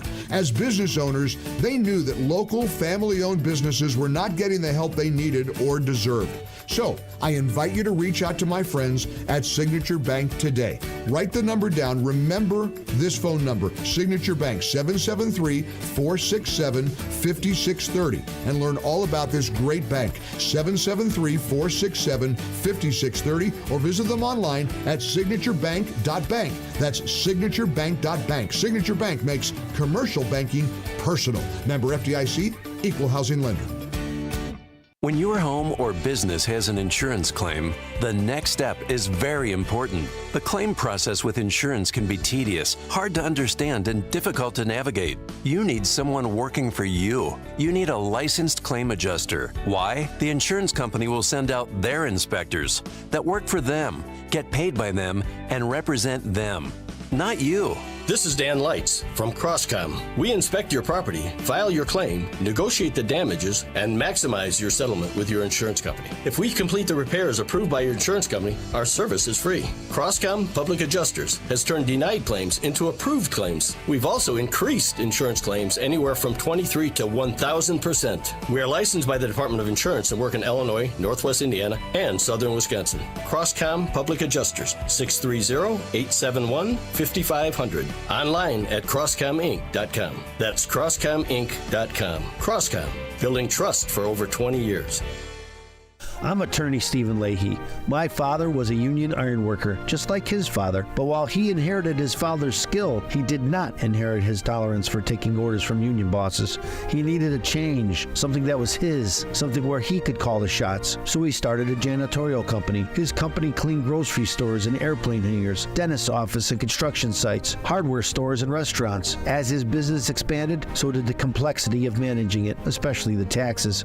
Preparing tax returns requires records, and Dad just never got accustomed to keeping good records. That was a mistake. It cost him his business. Initially, I followed my father and grandfather and became a union iron worker, third generation. I'm very proud of that legacy. Now I'm a tax attorney. I help business owners protect what they've built. Fighting back against the IRS is personal to me. If you own a business and have tax troubles, fight back. Go to fightbacknow.com. That's fightbacknow.com, or call 312-664-6649. Become a freedom fighter today.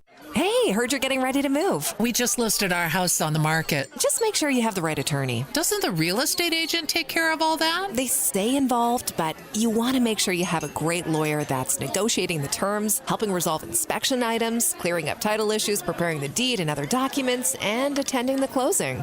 The attorneys at Nauman & Associates in Elk Grove Village have decades of experience handling real estate transactions every day all over Chicagoland. NALawGroup.com.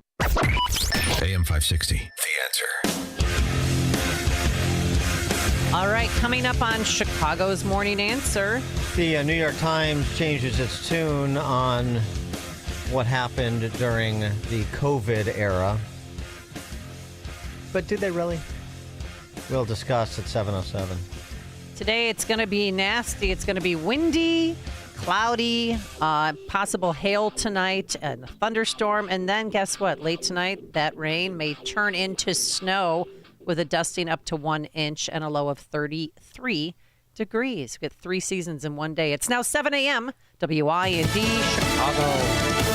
Hearing from the other side, I'm Chris Foster, Fox News. Ukraine's President Zelensky says he'll be speaking with President Trump today about Trump's phone call yesterday with Russia's President Putin and an agreement on a limited ceasefire that does not seem to be in effect. Ukrainian President Volodymyr Zelensky says Russian strikes overnight hit energy, transport and civilian infrastructure.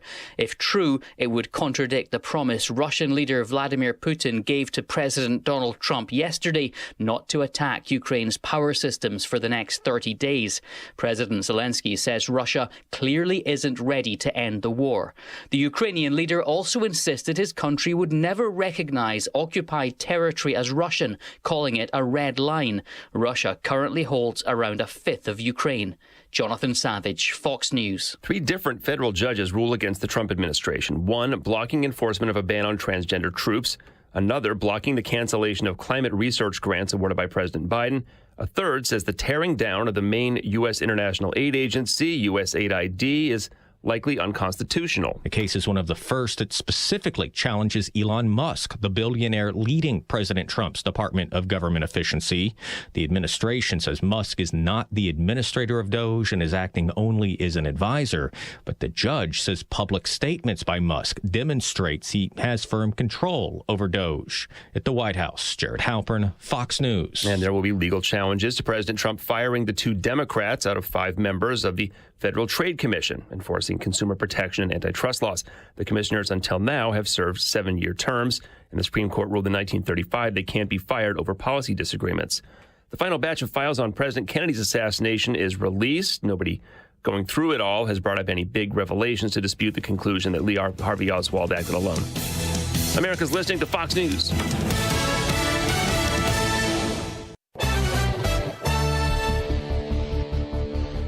Reporting today from the AM 560 newsroom, I'm Joanne Jeanette. Chicago's Mayor Johnson Tuesday continued to turn up the pressure on Chicago's public schools to work on a solution to repay $175 million for a pension payment. The CPS board is set to vote Thursday on whether to make that pension payment and how to pay for new contracts with the unions representing teachers and principals. And our investments to help them contribute to the financial security of their employees. We're simply asking them to do their part because it's inevitably going to be their responsibility as they become a fully elected independent body. After more than 100 years, the Oak Brook Polo Club is closing its doors. The club's president, James Drury, and the property's manager, Dan O'Leary, announced a decision to close on Monday. National Weather Service says there's a threat of strong, severe thunderstorms expected for the area today around noon and again between 3 and 8 p.m. Scattered thunderstorms, possibly high winds, and possibly large hail could hit the area.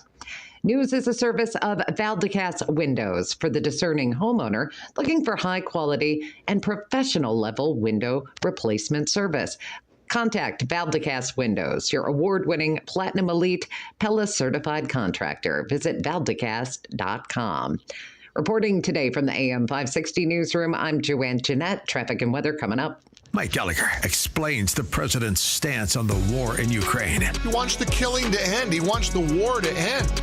And he's not going to take a side because there are young Russian boys that are being killed. There are young Ukrainians being killed. It's a humanity issue. And I'm confident President Trump is going to help broker peace between these two nations. The Mike Gallagher Show, weekdays at 9, right before Dennis Prager at 11 on AM 560.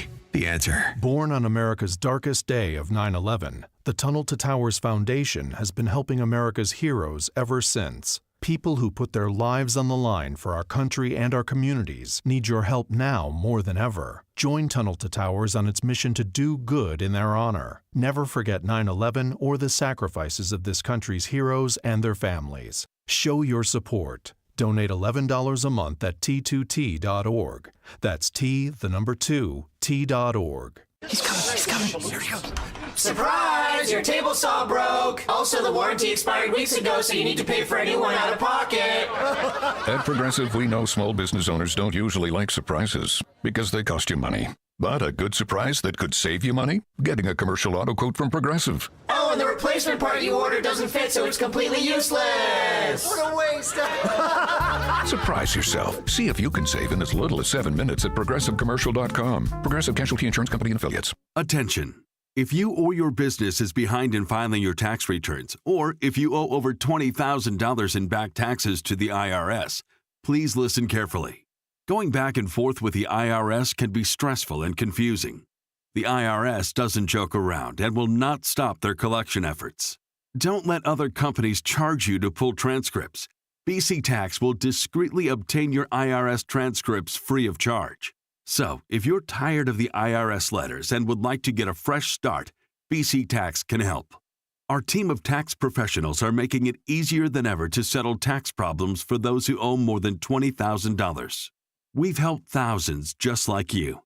Call 800-214-3995 today to stop your tax problem from getting worse. Call 800-214-3995. That's 800-214-3995. Again, 800-214-3995. Stuck in traffic? We've got the answer from the AM 560 Traffic Center.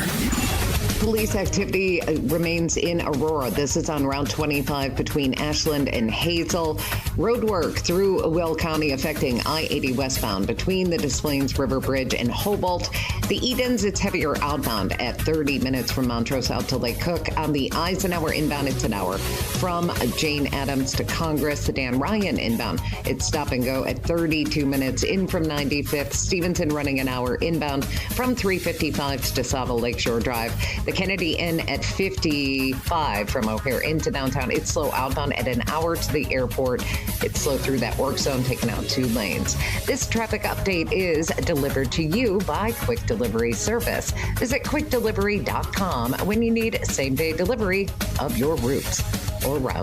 Ground delivery when you need it from safe, licensed professionals. Go to quickdelivery.com now to schedule your delivery. Reporting today from the AM 560 Traffic Center, I'm Joanne Jeanette. Now, your official weather forecast. Clouds and breezy, shower and thunderstorm mainly late today. That could bring some damaging wind and hail, high 55. Clouds and breezy, thunderstorm in the area this evening. Could be followed up by some snow and flurries, maybe an inch tonight, low 32. Clouds and sun tomorrow, high 44. I'm Steve Williams on AM 560, The Answer. Get the latest weather, traffic, and news updates online at 560theanswer.com. This hourly segment is brought to you by Forever Remodeling. Stress-free and high-quality remodeling. View their stunning transformations online at the number 4everremodeling.com. Now, from the Signature Bank Studios, this is Chicago's Morning Answer with Dan Proft and Amy Jacobson on AM 560. The Answer.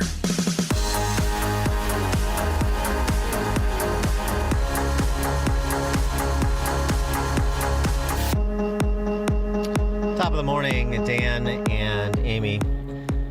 The New York Times editorial board is really a reprehensible group.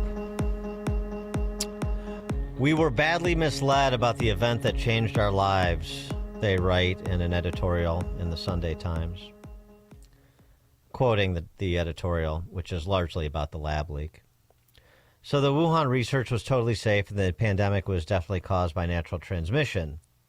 It certainly seemed like the consensus.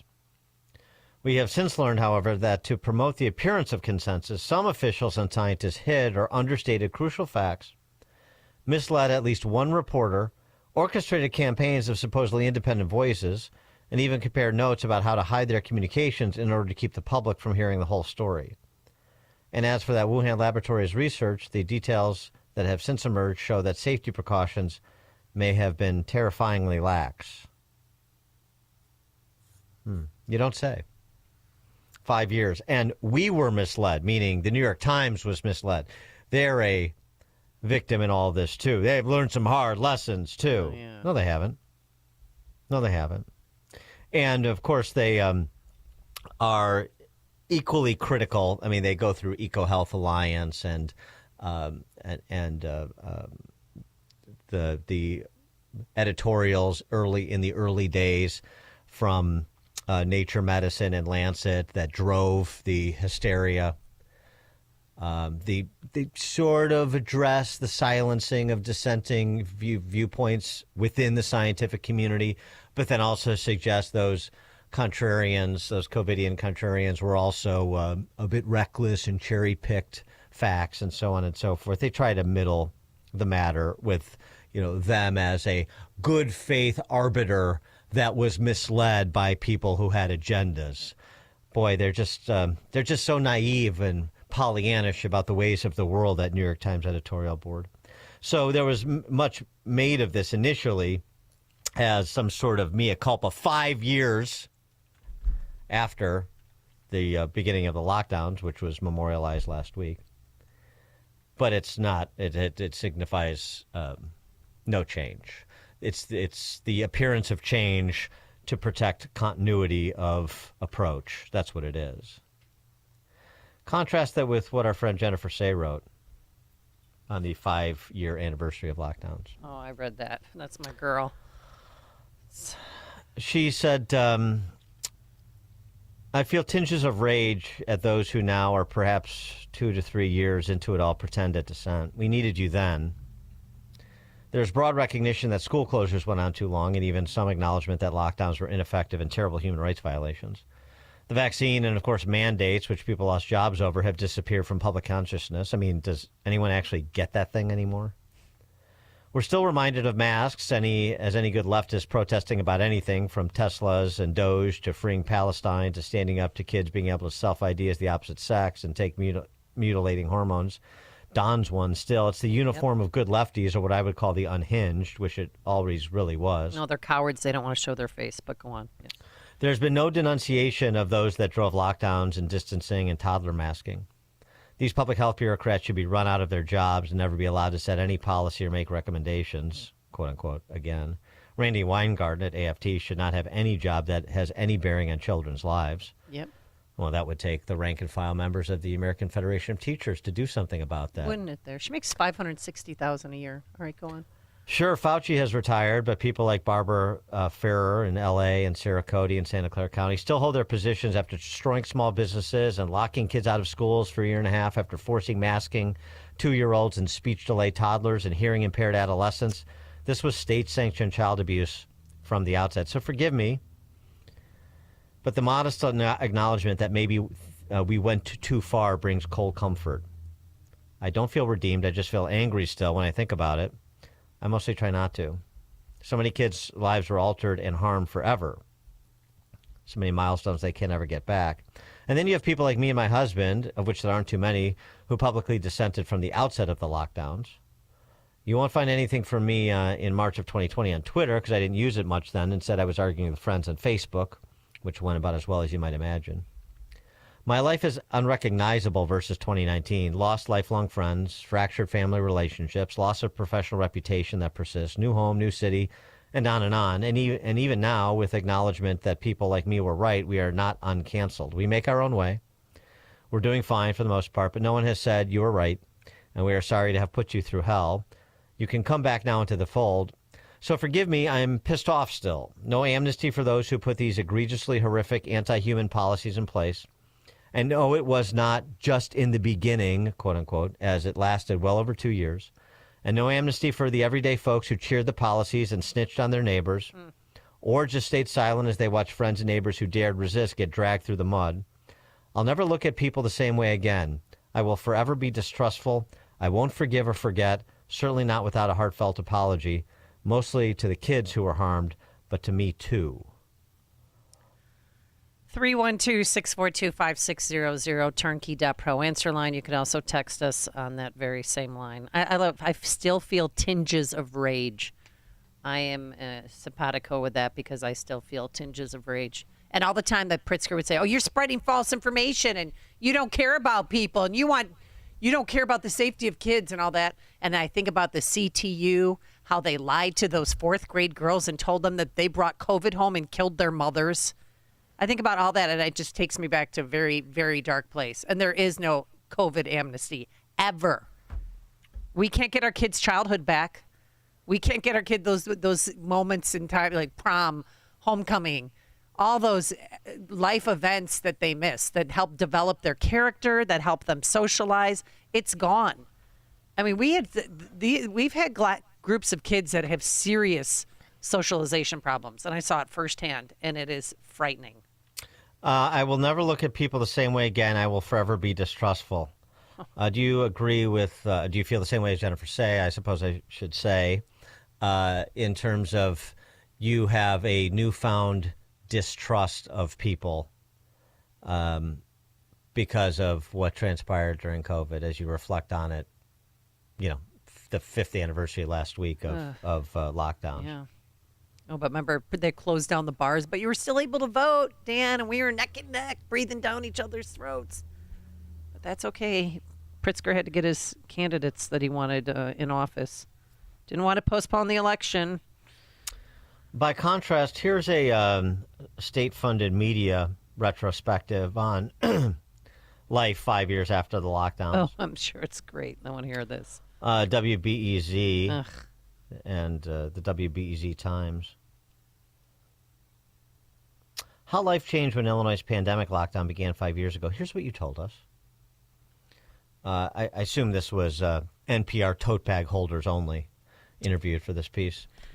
Things got weird. People felt isolated and suffered, but some families got closer. And some changes stuck. Mostly good news. Oh, yeah, this is great. Let's celebrate this. Okay, go on. Mm-hmm. Kendra Neal in Chicago. I adopted a little kitten. His name is Beanie. We call him the COVID cat.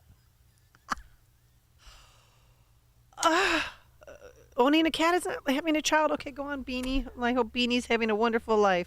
Stephanie Segura, also of Chicago. My daughter and I started doing more videos online. I even got into TikTok. I never even went on there or watched any videos on it until the pandemic.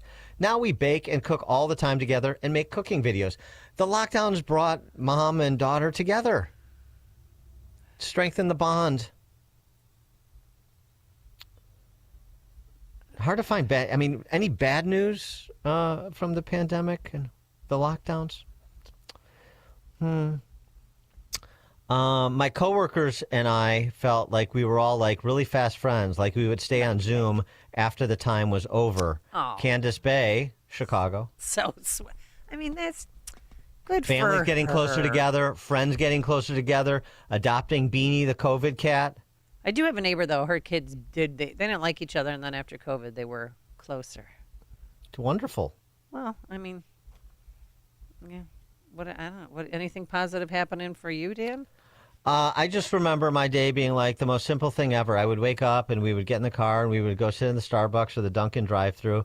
That was the highlight of the day. I picked up a lot of hula hooping, which is really random. I did that a lot in the backyard as soon as it was nice out. Justine Neal, Chicago. Margaret Dyer, Chicago. COVID definitely helped me slow down a little bit and be comfortable with being alone and not having something on the calendar. Like it's okay to be home and relaxing and not doing anything.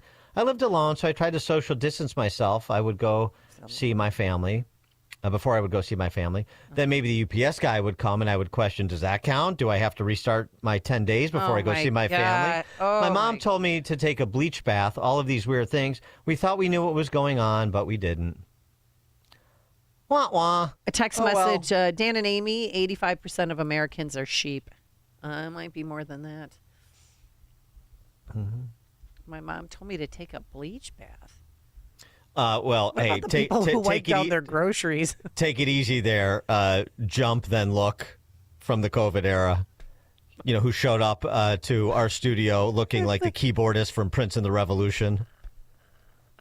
Remember when we went on we visit different businesses and go live from businesses, and we were at Signature Bank, and I had gloves on. Yeah. And Kevin Bastuga were looking at me like I was out of my mind. You made them put like a divide, like the divider, the salad bar screen between us and the studio. I know. And you're showing up like you're preparing to take somebody's gallbladder out. I mean, over the top ridiculous. I know, but thank God then when I social distanced myself out of the state, I was with a governor. What was his name? Herbert. And he was great, governor of Utah, and he wasn't having daily press conferences and scaring the crap out of people. He was very calm and measured. And when he said 2 weeks, it was 2 weeks. And they opened up the pools and the gyms again. I mean, it was just, all right. Well, Rick and Downers Grove, you're on Chicago's Morning Answer. Hey, good morning. It's not that I don't trust people now because of COVID. I just look at them as simpletons now. And back when COVID was going on, I called Dennis Prager once, and I told him, I said, my observation of how people react to COVID tells me that the more college-educated people a society has, the weaker, more feeble, and easily brainwashed that society becomes. And I mean, COVID proved that. So I look at them as just simpletons now. Yeah, thanks for the call. You know, I mean, my attitude was always nicely encapsulated by Jean-Paul Sartre, which is that hell is other people. So I always had a dim view of humanity, and I still do. Wow. Well, here's a COVID flashback to the crazy days of Amy J. I was at O'Hare last night in the International Terminal, and you would be surprised at how many people have masks on and gloves. I had 2 pairs of gloves on. I had a mask. I was 2 pairs. 2, yeah, because one's not enough. Like the Well, latex gloves you're wearing now. Well, I ran out of the box that our HR director gave me here, and there's some in the medicine cabinet. If you ever need to know, if you want some gloves. Yeah. I was more in the Jennifer Say camp, a skeptic at the outset. You were. You were. Yeah. About everything: vaccinations, masking, lockdowns, the whole thing. Idiots. The only thing I liked is idiot circles. Oh, and the reason I like like them that. is because I want people to keep away from me. But it has nothing to do with any sort of virus, just in general. Brian in Wheatfield, Indiana.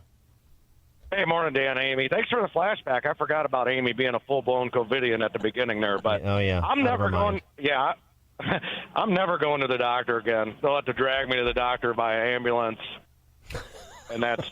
I'm not. I'm a Christian. I know where I'm going when I die, so I'll either keel over or get drugged here by an ambulance. I'm done. All right. Never. Yeah. Well, wait. I like that attitude. We have one more. Thanks for the call, Brian. Yeah. Another person just sneezing all over a bike. Oh, my gosh. A lady at the Jewels sneezing in the produce aisle. It's anarchy. She happened to be Asian. It's chaos. She told me to F off, too, by the way. That's what I would have done. She happened to be Asian. It's nothing like. Boy, that's a real twofer. God. It's being a COVIDian bigot. How dare an Asian person sneeze like it's controllable? By the way. Yeah. And honestly, she did tell me to stick it where the sun doesn't shine. Yeah, well, and I deserved it. Manny, Southside. Yeah, I remember we had a rally in downtown for Frisker to open up, and Amy came down and she spoke, and she had a mask on, and she was asking us for excuse because she had a sick relative. Oh God! You remember? Yeah. Somebody, I don't think you must have been at that rally, Manny, saying, I don't think we're getting through to her. I don't think she's quite picked up the narrative here. I did. Nothing like wearing that welder's mask and a surgical mask to rail against lockdowns. Forgot about that. Would you like to? I mean, Jennifer Say is demanding heartfelt apologies, so I've apologized to her because she and I became fast friends. I'm talking about you're in Illinois. She was in California. I'm talking about Manny and everybody else. I am so sorry, and I just, if anything, just know that I redeemed myself by then becoming aware of the situation, not being brainwashed by government anymore, and I hope you guys can forgive me. Yeah, you're welcome. Apology accepted. Jeez. Especially the lady at the Jewels. That was bad. Yeah. Amy was out there patrolling in her get-up for Asians. I did dress like that. Get back in your house. I bought a Tyvek suit. I'm not kidding you. No, I know you know. 'Cause you saw it. My sister wiped down all of her groceries. A lot of people did. They put them in the garage and then wiped them down, and then she came around too. Dawn in Naperville. Poor Amy. I'm sorry they're making fun of you this morning, Amy. They, So I he doesn't deserve have it. kids. He Trust doesn't me. understand. All right. We've all moved on, but No. one thing I remember. Okay. One thing I remember is when the governor came out and he said, we're closing schools. It's not safe for the children to go to school. Here's the closure. However, we're sending all the kids to school on Monday. I know. Remember that? On Friday, Governor Pritzker announces, you can't go to school. It's not safe. However, we want the children to go to school on Monday to collect their things. Right. Tuesday was the election. I was at that press it's safe conference. on that Monday. Right. But then it wasn't safe on Tuesday. And then, you know what, the schools Dawn, they had the Santa tracker on the virus, so they knew when it was going to hit. Yeah, that just made no sense to me whatsoever, but okay. Uh-huh. But kids never, especially the kids with special needs, who were already way behind prior to COVID. I mean, unless the parents really intervened afterwards, they're probably never going to catch up. I mean, it's just really sad. Thanks for the call. What Dawn. about that poor accountant from Wuhan, China, who went to the wet market and they blamed everything on him because he ate a bat? Remember that whole goofy thing?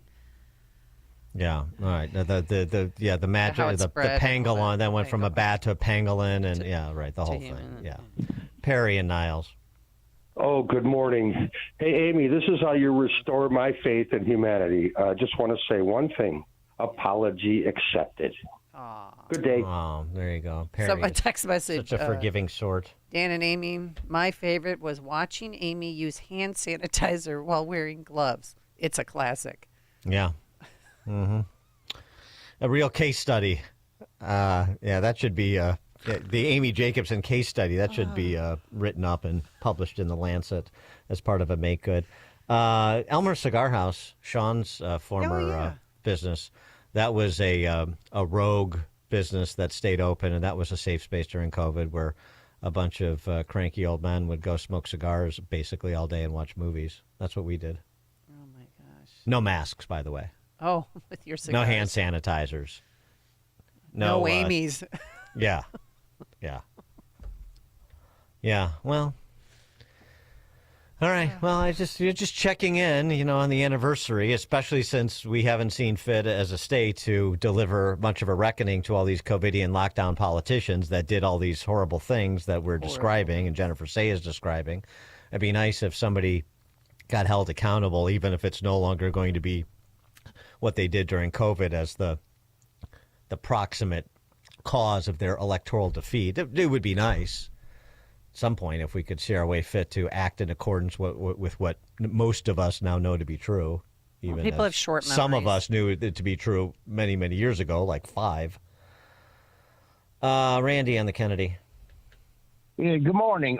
We all have to remember that this was a very, very intelligent virus. Mm-hmm. I remember on Harlem, one side of the street is Chicago, one side of the street is Harwood Heights. You couldn't eat in a restaurant in Chicago, but you could walk across the street and eat in a restaurant. All right.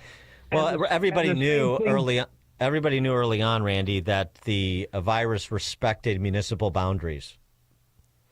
That's true. And state boundaries. You could go, to Indiana, but in Illinois, you couldn't do anything. It was so intelligent. I love it. It was great. Thanks for the call, And the Randy. Catholics went back to school, and Catholic children were not dying in droves. In fact, again, as Senator Rand Paul said, not one healthy child in America died from COVID. Not one. The search for the reckoning continues. I'm with Jennifer Say. I'm still. I mean, you social distance yourself out of the state. I mean, we had a freaking vaccination cards, for gosh sakes. You couldn't do anything here. Yeah.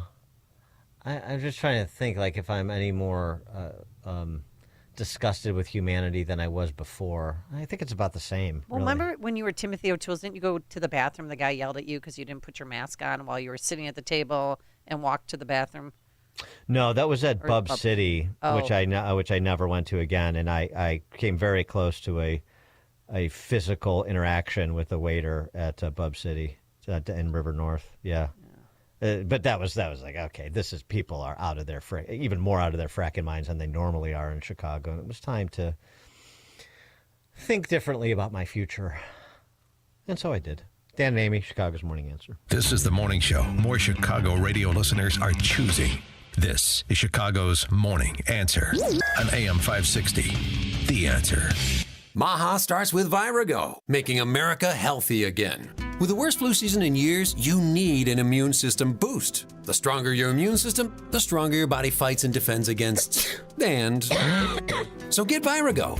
Virago Immune Enhancement Support is a unique blend of 23 nutraceuticals, ingredients that have been available as individual nutraceuticals, but now working in synergy to maximize their effects. Recommended by medical physicians, dentists, and other healthcare professionals, Virago is the nutraceutical cocktail for immune support. Developed to strengthen your immune system for quick response to immune challenges, for short and long-term immunity, antiviral, anti-inflammatory, antioxidant. It even protects your heart, kidneys, liver, all in a unique liquid supplement for better absorption. Order online at myvirago.com. That's myvirago.com.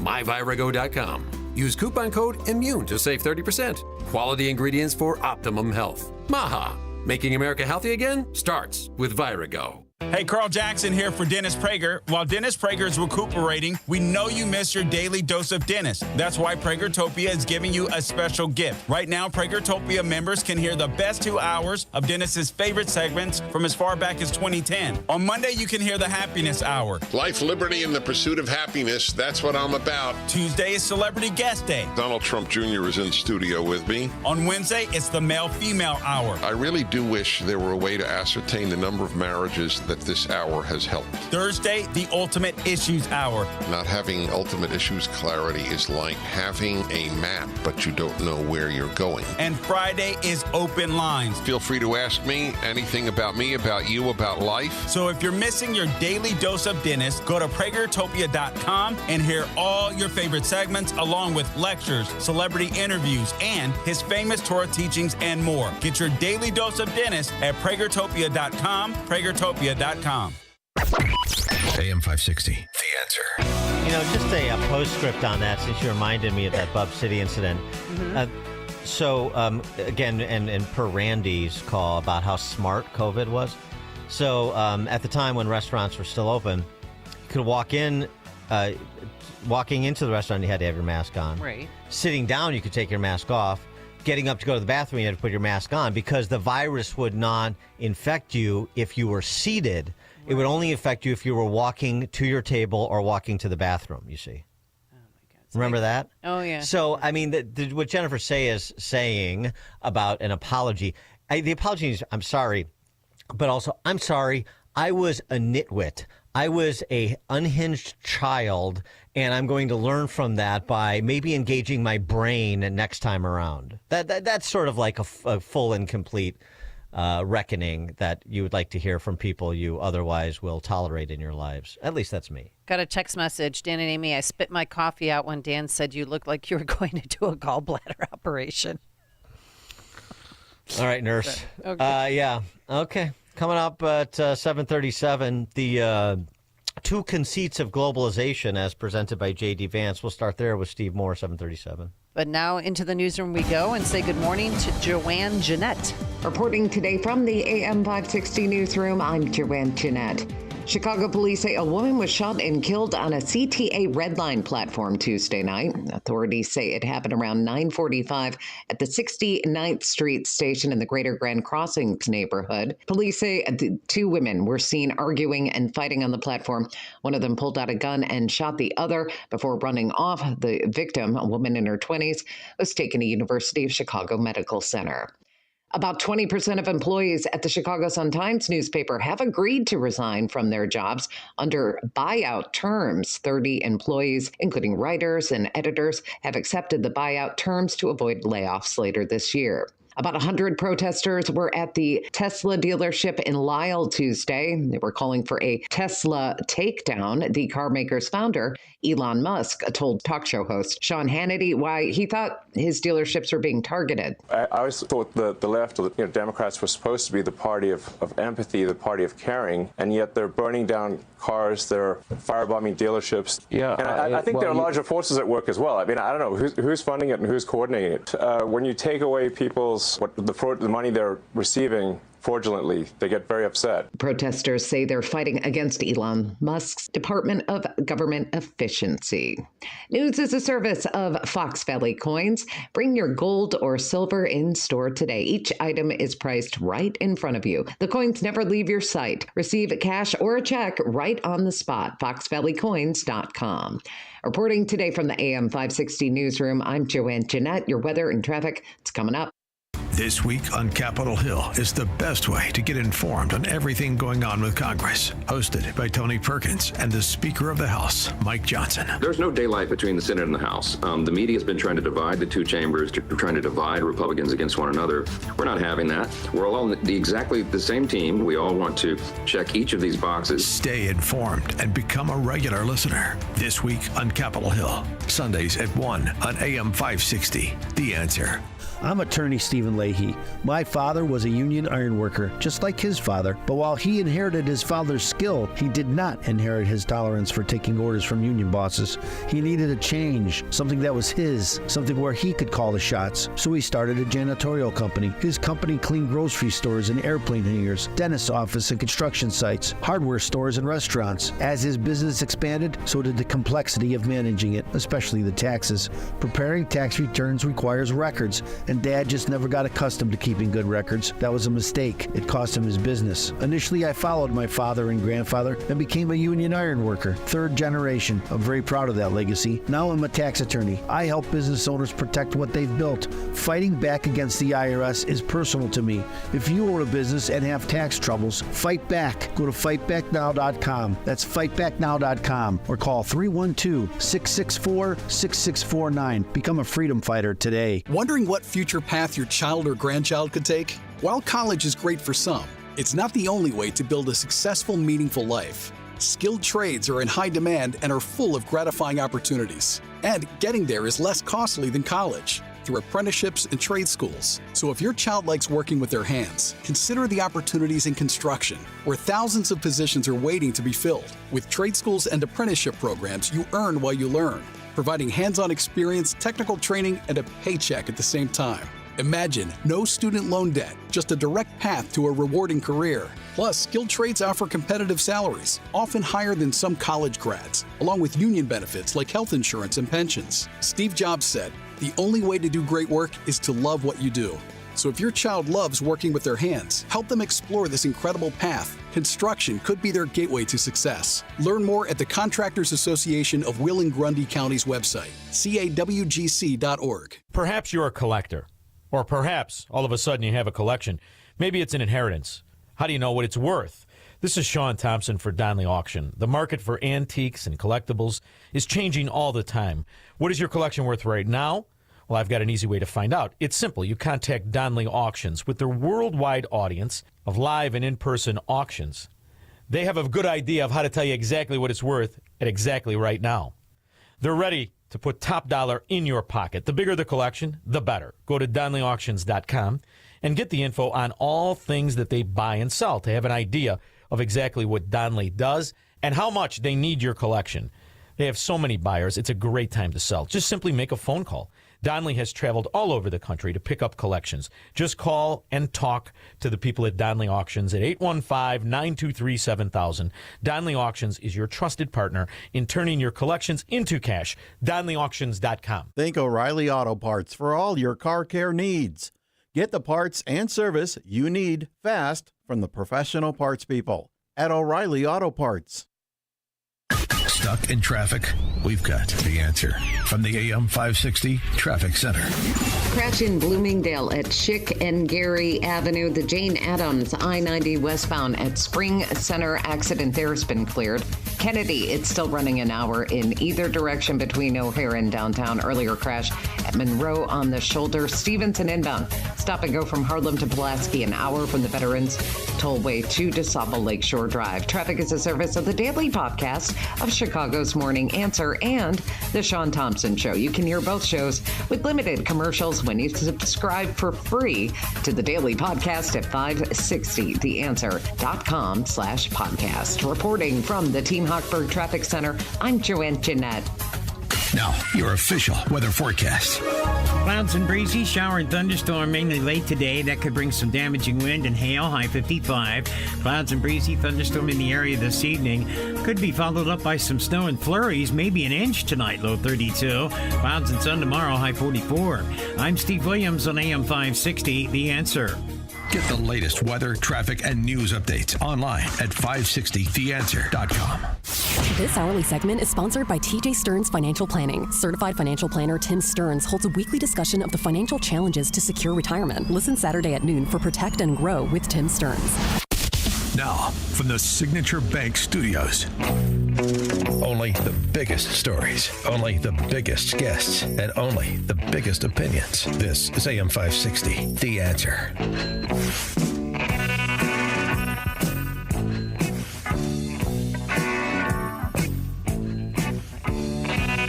Top of the morning, Dan and Amy. Trump was on with Laura Ingraham last night, and they got into a back and forth about Canada. It went a little like this. Any one of you're tougher with Canada than you are with some of our biggest adversaries. Only because it's meant to be our 51st state. And okay, but but listen to this for a second. We need their territory. They have territorial advantage. We're not going to let them get close to China. Look, right? I deal with every country, indirectly or directly. One of the nastiest countries to deal with is Canada. The people that, now this was Trudeau, the people that good old Justin, I call him Governor Trudeau, his people were nasty, and they weren't telling the truth. They never told the truth. You know that. The Liberal Party is going to win now in the next election, most likely. And they were down and out. Isn't that going to make them more hostile to us and possibly I'd rather deal with a liberal than a for China closer to Canada, and that would really put us in a bind. The conservative that's running is stupidly no friend of mine. I don't know him, but he said negative things. So when he says negative things, I couldn't care less. I think it's easier to deal actually with a liberal.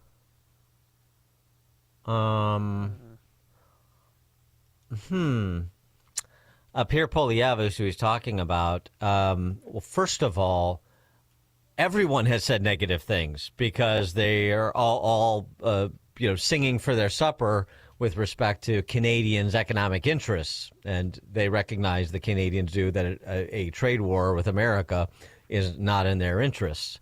So, and frankly, Poilievre has been as even-handed more even-handed, I should say, than the Doug Fords and the Justin Trudeau, certainly, and even this new guy, Carney. Why would you want a leftist from Trudeau's party to be the next PM rather than a conservative like Poilievre? I don't understand. Maybe Steve Moore can help us. Steve Moore, economist, author of The Trump Economic Miracle and the Plan to Unleash Prosperity Again, co-authored with Art Laffer. Steve, why? Hey, guys. Good morning. And I don't know why Trump is so tough on our 51st state. Yeah, right. Listen, I think I love Trump, but I think he's off on the wrong track here.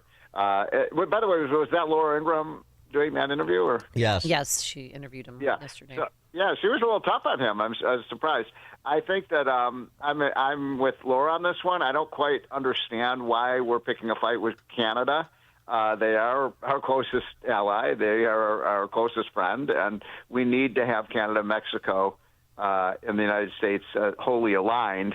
And Laura in Rome is right. You know, the enemy here is China. They are our adversary. They're the ones that lie and cheat and steal and are a military threat to the whole world. So I guess I'm a little confused by it. Maybe Trump has some master plan that I don't quite understand, but Canada is not a foe of the United States. But they shouldn't be charging us 100% tariffs on our dairy products and our agriculture products. Agreed, but I guess the question is, I mean, maybe he believes that Polyev is like Malay or something. He's an Austrian free marketeer, and he's not down for any back and forth on tariffs, and Trump wants to keep some tariffs on Canadian goods or something. I'm trying to come up with something because you're dealing with protectionists who put these tariffs on American products. I'm talking about the left and frankly some on the right up there.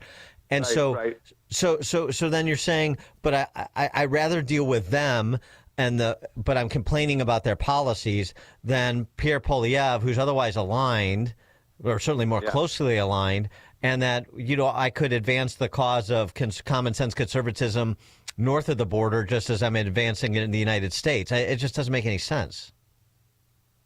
Well, you know, it doesn't make a lot of sense to me either, Dan. And I would say that, you know, one thing I discovered is with Trump, all politics is personal, and there's been some falling out between these two. Yes. But look, I agree with you that the last thing that we want is for Canada to elect a leftist socialist president. Right. And you know what he's done is, you know, and I have friends in Canada. We all do, and what they're saying is that, you know, Trump has sort of stoked their nationalistic instincts, and they feel insulted by Trump and some of the things that he's been saying, and so that's one thing. Siding with saying I'd rather have somebody from a party that debanked Freedom Convoy truckers. I mean, what are you talking about?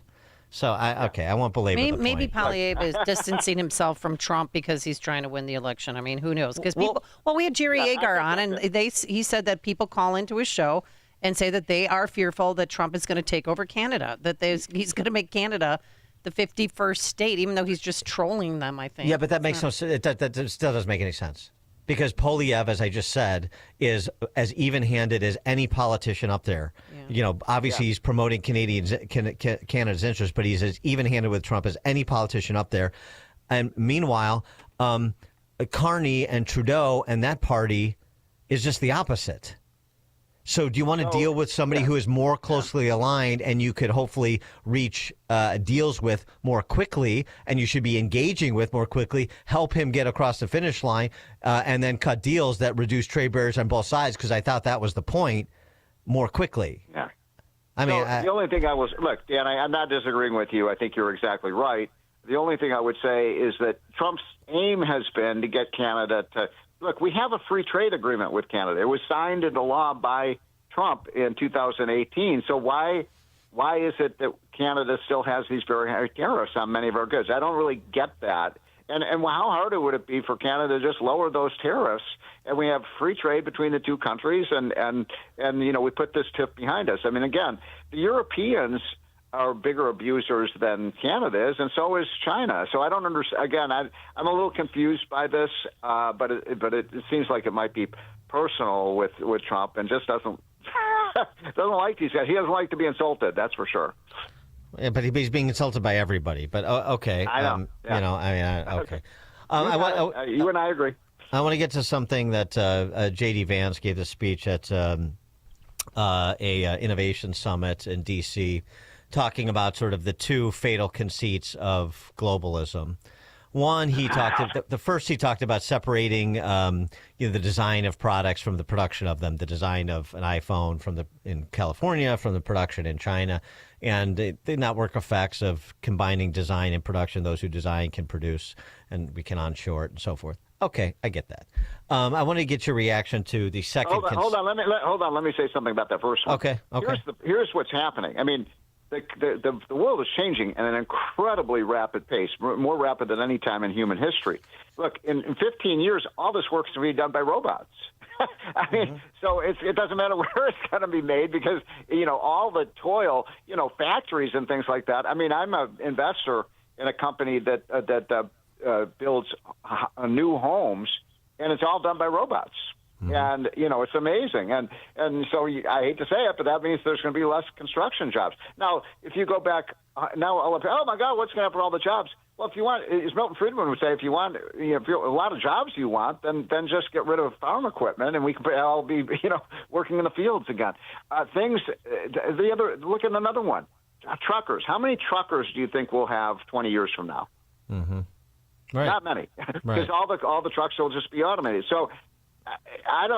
Look, we want to be, the reason the United States is the alpha male economy is we totally dominate the research, the development, the innovation, the technology. That's what we have to be number one with. We shouldn't be concentrating. And look, I don't want people to lose their jobs, but the world is changing and we need to adapt at it. And the country that's going to rule the world is the country that, is first in AI, robotics, all these other technologies. And right now we are number one. We cannot surrender that lead. Right. I agree, and I think J.D. Vance agrees. But and that's in part what he was talking about. But the second piece of this, though, well, go ahead. I'm sorry. Go ahead. Well, but I think there's a lot of talk now about, oh my God, what do we got to save all the factory jobs, the steel jobs. I mean, look, steel jobs. That's looking like we're going to be 20th century America, not 21st century America.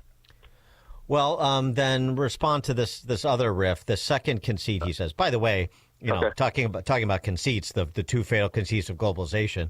Well, there's a fatal conceit that Hayek wrote about too, called central planning, and that's what industrial policy is. But I digress. Here's J.D. Vance on cheap labor. I think the second is that cheap labor is fundamentally a crutch. And it's a crutch that inhibits innovation. I might even say that it's a drug that too many American firms got addicted to.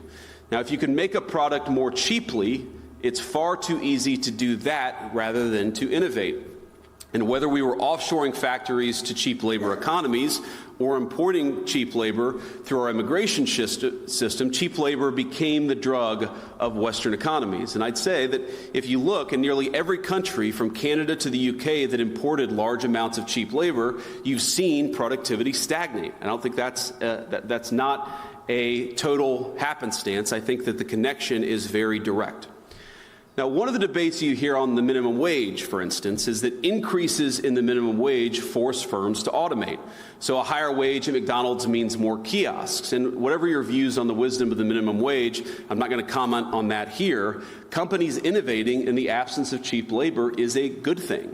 I think most of you are not worried about getting cheaper and cheaper labor. You're worried about innovating, about building new things, about the old formulation. So he's sort of, suggesting what you're suggesting. I'm not quite following what he's saying, actually. I mean, look, of course we want to innovate. Of course we want to, replace people in the fields with tractors, and we want to replace, typewriters with computers. I don't really get what he's driving at. I think what you're right. It's not exactly the path that you're taking. He's taking a different path to saying the same thing with innovation, but I'm not sure that it's a straight line. I think he's saying keep cheap labor out because that compels, number one, the people that'll have jobs will be making more money, and the people who are lower wage won't have jobs because you're innovating to replace that cheap labor.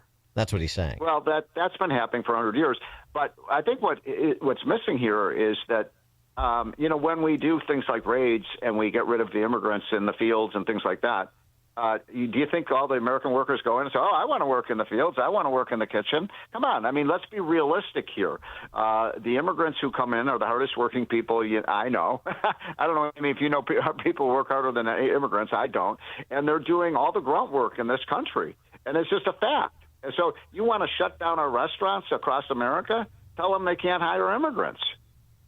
Well, right. I mean, so this is where you get into okay. So we've got visa programs that are specific to the ag sector. What legal immigration should look like, what guest worker program should look like, and so forth. That's what you're talking about. By the way, Dan, can I mention something? Because I actually represent this. There's a group called the Seasonal Workers Association, and these are representing workers who come in for 6 or 9 months on visas, and they work at resorts, and they do work in the restaurants, they work at gardening and that kind of thing. They don't take jobs from Americans.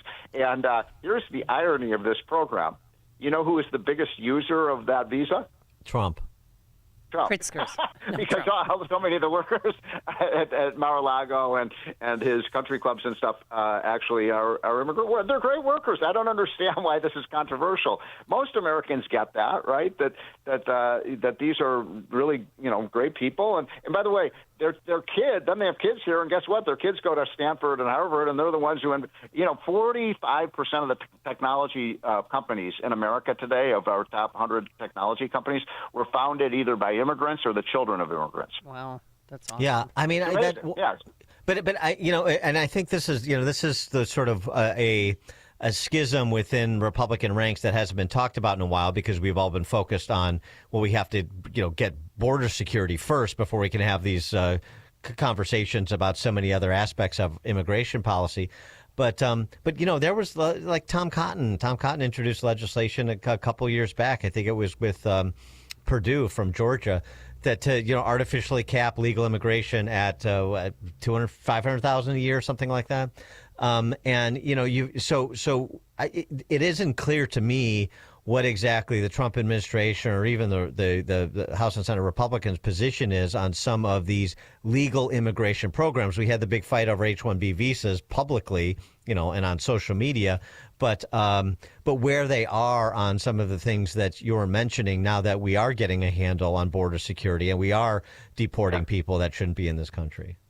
Yeah, so, Trump has said, and I've talked to Trump about this, he said, look, we got to get the illegal immigrants out, especially the criminal aliens. Right. And he's right. People should not come in illegally, especially if we don't know who they are, and some of them are drug runners and terrorists and that kind of thing. So I'm all in favor of deporting. I think everybody is. Let's get rid of the bad actors. Let's get rid of them right now. Why are the Democrats defending the bad actors?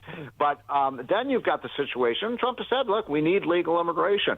The biggest thing that's going on in the world, I've mentioned this before, but I'll mention again, that nobody is paying attention to is catastrophically low birth rates all around the world. Mm-hmm. I was born in 1960. That was the peak year for births. I think I mentioned I just turned 65. So guess what? We're retiring at 10,000 people a day. Do you think we have 10,000 young people entering the workforce every day? We don't. So the only country, and this is happening everywhere. It's happening in Japan. It's happening in China. It's happening in Korea. It's happening in France, Italy, Spain. Every country has this catastrophically low birth rate. The only country in the world that has a demographic safety valve is the United States, because we can import 18-year-olds and 20-year-olds who can do the jobs because we don't have enough young people. So it is huge strategic advantage for the United States that we take the best and brightest and hardest working people from all over the world. That's been our formula for success, Amy, for 250 years. Yes, and guess what? Egg prices have been falling for the third straight week. Yay! Okay. I was going to mention that to you. Yay! $6.85. Now they're down. But did you see what happened to the gold price, Dan and Amy? No. It's up. The gold is now above $3,000 an ounce. Mm-hmm. That's not good news. The Fed is meeting today. I know people are going to turn off the radio because they don't like to hear about the Fed. But the Fed is going to be probably, there's a chance they may cut interest rates. I'm not so sure that's a wise thing to do. I don't think we've won the war again. I don't know. Do you guys think inflation fight is over? No. No, gosh, no. I don't either. Yeah. All right, we'll see what the Fed does. Steve Moore, economist, author of The Trump Economic Miracle and The Plan to Unleash Prosperity. Again, Steve, thanks as always. Okay, guys. Have a great day. Take care. You too, and he joined us on our turnkey.pro answer line. This is Chicago's Morning Answer. Your show keeps me alive during the week. There's nobody I'd rather listen to between 5 and 9 in the morning than you guys. On AM 560, The Answer. At AlmostFreeTeeth.com, they're dedicated to making smiles great again. If you have medical PPO insurance, find out how you could save 90% off on average to get a beautiful dental implant-supported smile. Check if you qualify right now at AlmostFreeTeeth.com. Business owners, now's the time for your business to make the move to a locally owned business bank. Hi, Mike Gallagher here to let you know that you don't have to look far. Signature Bank was founded in Chicago with a simple mission to help companies like yours grow, succeed, and thrive. Their decisions are made locally by a terrific team that knows your name, cares about your business, and invests in your success. That's why Signature Bank is my bank. I'm a customer. As business owners, they knew that local family-owned businesses were not getting the help they needed or deserved.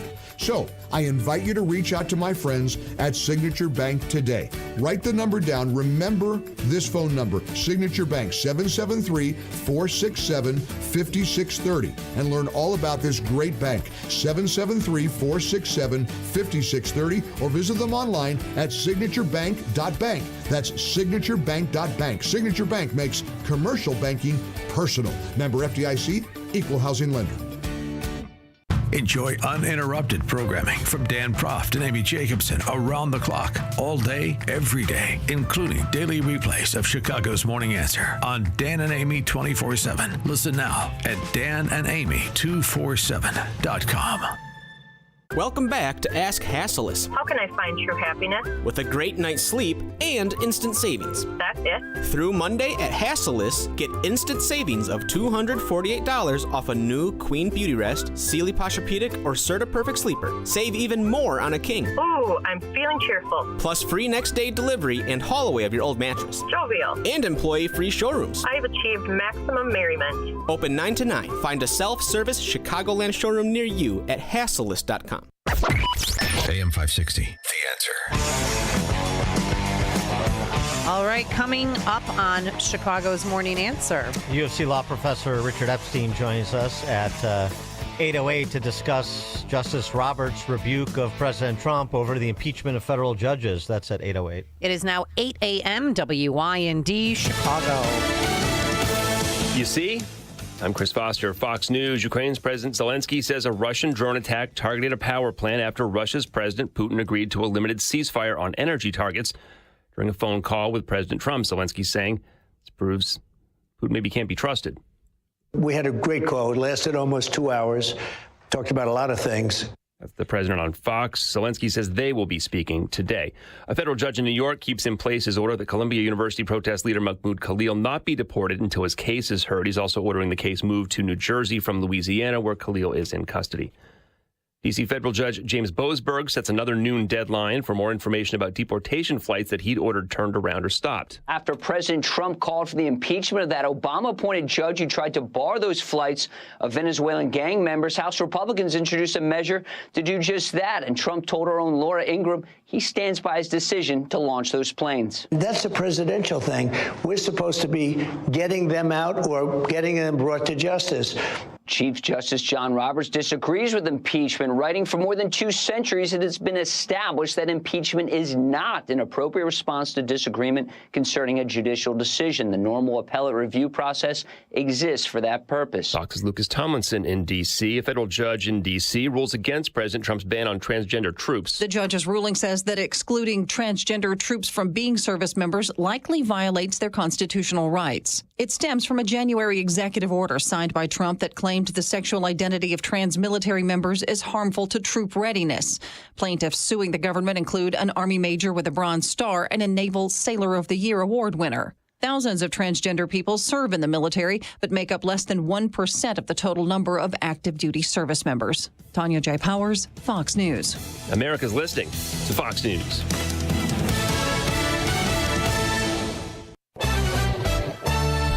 Reporting today from the AM 560 News Center, I'm Joanne Jeanette. A woman was shot and killed on a CTA Red Line platform Tuesday night. Chicago police say it happened around 9:45 last night at the 69th Street station. This is located in the Greater Grand Crossing neighborhood. Police say 2 women were seen arguing when one of them pulled out a gun and shot the other in the neck before running off. The victim was taken to a University of Chicago Medical Center where she was pronounced dead. Chicago officials expect this summer to be one of the busiest travel seasons ever for O'Hare and Midway airports. Both say that they've scheduled nearly 17.8 million departing reservations for seats between June and August of this upcoming year, and that's a 7% increase over last year. News is a service of Dan and Amy 24/7. You can now enjoy uninterrupted programming from Dan Proft and Amy Jacobson around the clock, all day, every day, including daily replays of Chicago's Morning Answer. Listen now at danandamy247.com. Reporting today from the AM 560 News Center, I'm Joanne Jeanette. Your traffic and your weather. Yeah, that's coming up next.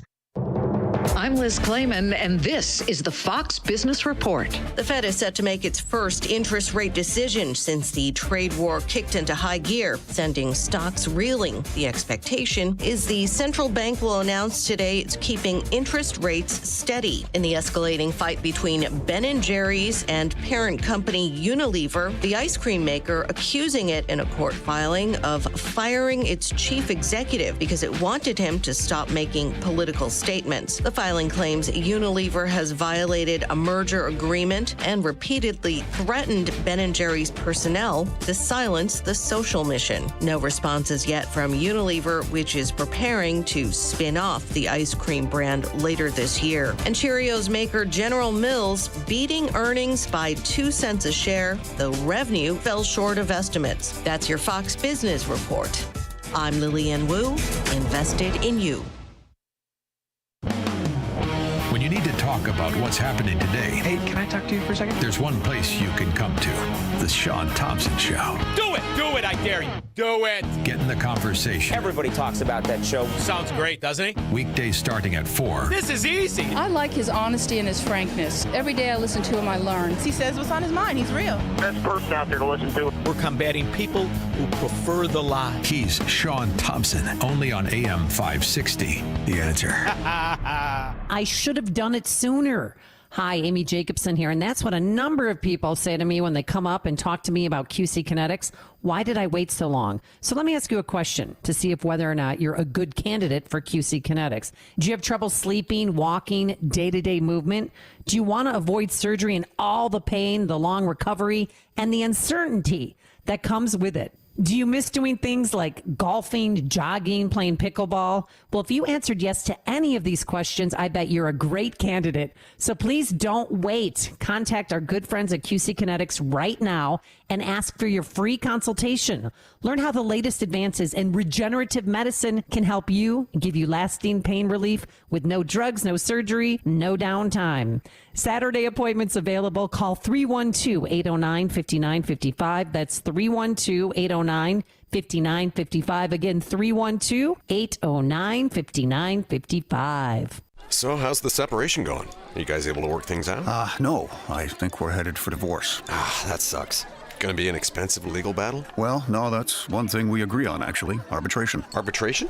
Like mediation? Sort of, but better. We'll have a firm decision. Oh, that's easier. Who's your arbitrator? Bert Hochberg. That attorney at Schiller, DeCanto, and Fleck? Yeah, senior partner. Comes highly recommended.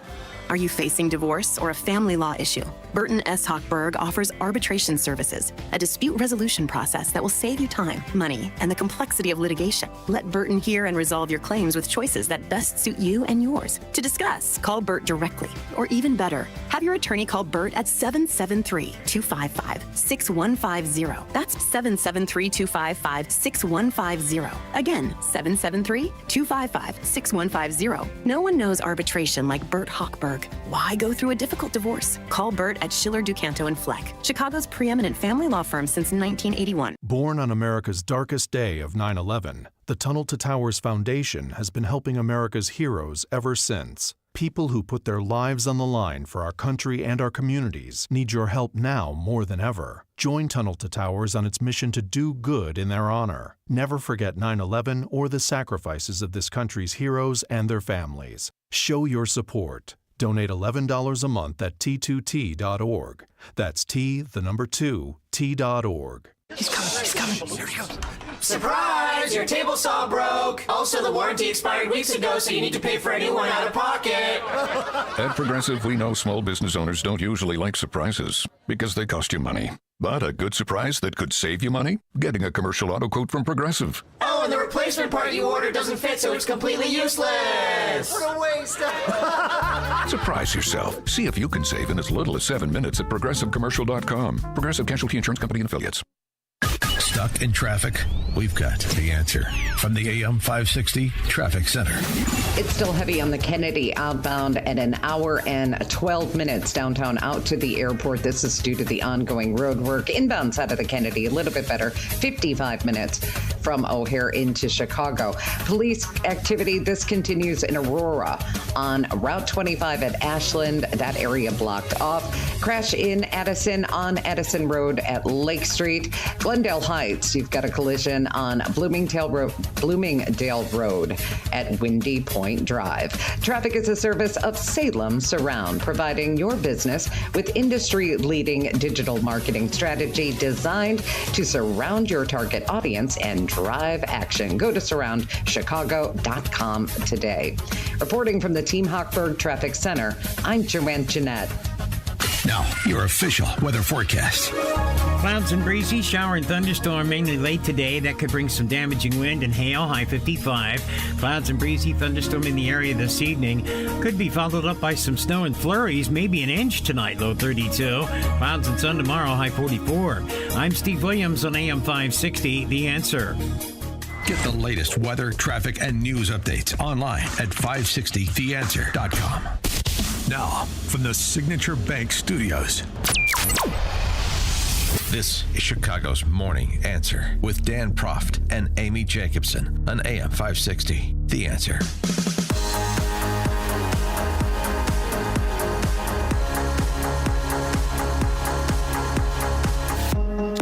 Top of the morning, Dan and Amy. President Trump calling for U.S. District Court Judge James Boasberg to be impeached. And Supreme Court Chief Justice John Roberts responding to that. Not on point, but sort of on principle. Just a little bit about Boasberg. I mean, this is in relation to trying to turn around those deportation flights. Right. And Trump attorneys have also filed a motion to force Boasberg to recuse himself from the case. Be removed from the case. But before we get into that, and before we get into what everybody in sort of conservative media is talking about Boasberg's potential conflicts of interest because his wife's a big Dem donor and his daughter works for some NGO that is right now trying to prevent the deportations of Tren de Aragua members and other people in this country illegally. Before we even get into that, family. Before we get to that, another case in which Boasberg presided was with respect to the sentencing of Kevin Kleinsmith, the FBI staffer who doctored an email as part of the Russian collusion witch hunt that the federal government went on. And when it was time to sentence Kleinsmith for his criminal acts, Boasberg, presiding judge, said that Kleinsmith had suffered by losing his job and his standing in the eye of a media hurricane. And so Kleinsmith essentially got a slap on the wrist, you'll recall. Mr. Kleinsmith has lost his job in government service, what has given his life much of its meaning. Yeah, it's a sad story that is completely at the hands of Mr. Kleinsmith and perhaps whoever else suggested he commit the illegal acts he committed. The judge was written by James Freeman in the Wall Street Journal at the time of the sentencing. The judge responsible for punishing an attorney who helped the FBI abuse its powers to target a political campaign and then a presidency with a collusion hoax that poisoned our politics for years is concerned about the criminal's personal search for meaning. Instead of community service, perhaps Judge Boasberg should have just ordered Kleinsmith to live, laugh, and love. Oh, my God. wonderful rhetorical flourish from James Freeman. But that's who we're talking about. So just make no mistake that there is no love loss for Boasberg from James Freeman, because now I want to update Freeman's view on this matter of impeachment. Justice Roberts said, as you heard at the news in the top of the hour, in response to the judge, like many crooked judges, I'm forced to appear before should be impeached. That's what Trump's post was. And Roberts saying that for more than 2 centuries, it has been established that impeachment is not an appropriate response to disagreement concerning a judicial decision. The normal appellate review process exists for that purpose. James Freeman writing on this back and forth. For reasons that have nothing to do with the particulars of this case or immigration policy, Mr. Boasberg just so happens to be a disgrace to the federal judiciary. But this column is aware of no evidence that he's committed any crimes. Impeachment is not the answer. The law for abuses against Donald Trump may tempt him to give partisan adversaries a taste of their own medicine, but his duty is to our country. In this case, Chief Justice John Roberts is correct. But he does go on to add, it would be nice if Roberts could be relied on to admonish overreaching politicians on both sides of the political aisle, like last year when AOC and others so situated introduced articles of impeachment against Justices Thomas and Alito, and Roberts was nowhere to be heard. So Boasberg is not a good guy. No. Or not a good judge.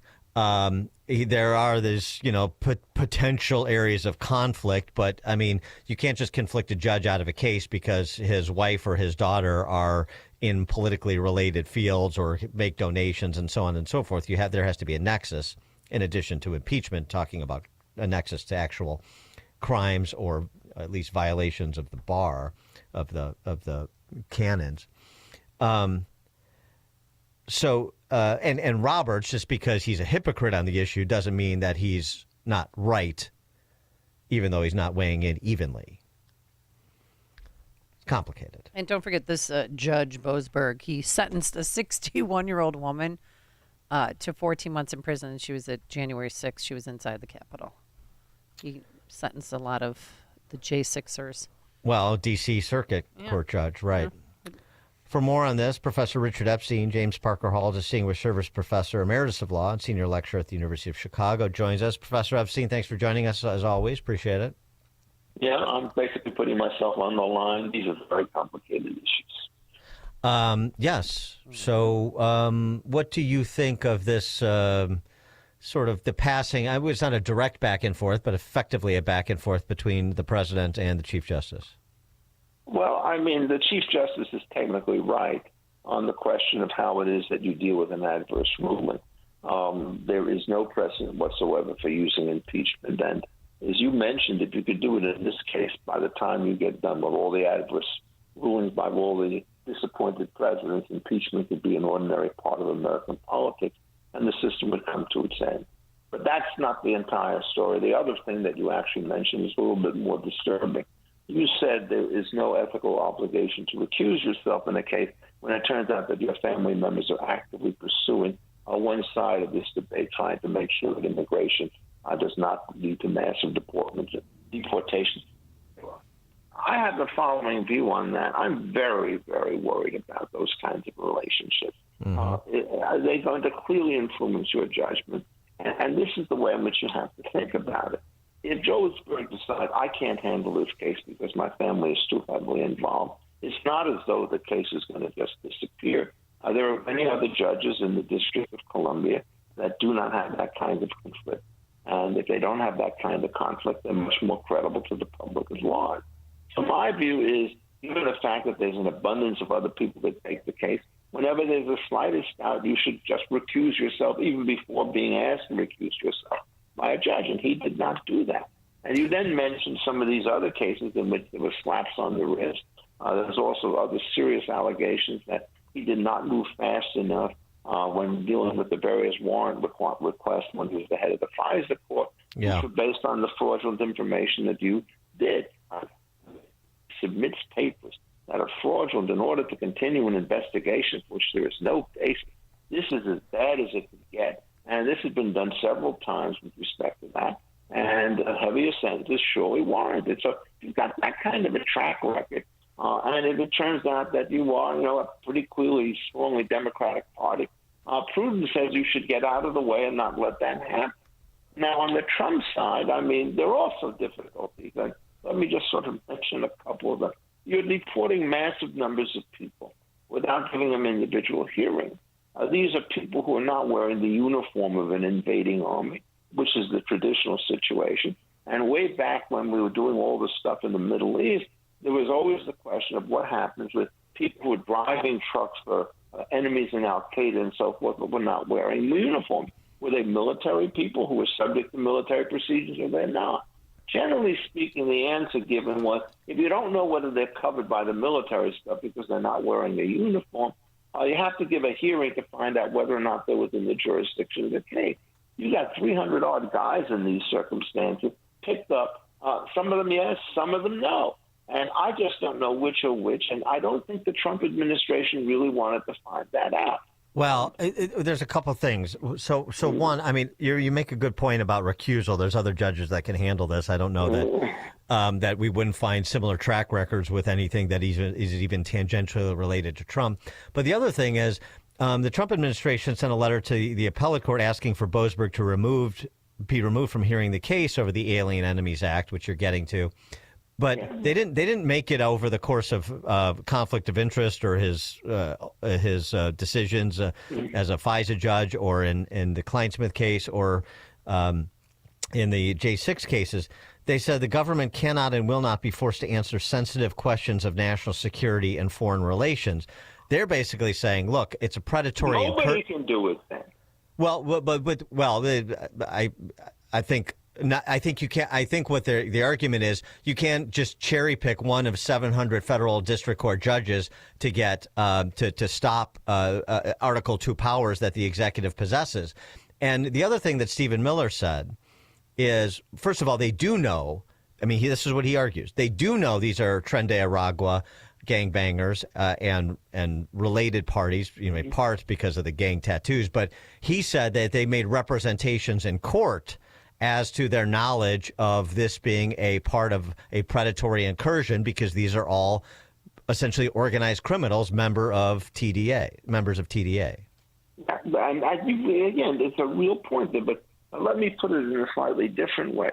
The argument that I'm making is much narrower than the argument that they made. At that point, they're saying it's an executive function, and no judge whatsoever can ask anything about these things. The answer that you haven't given is, look, we really did have kind of evidence of this stuff, tattoos and so forth.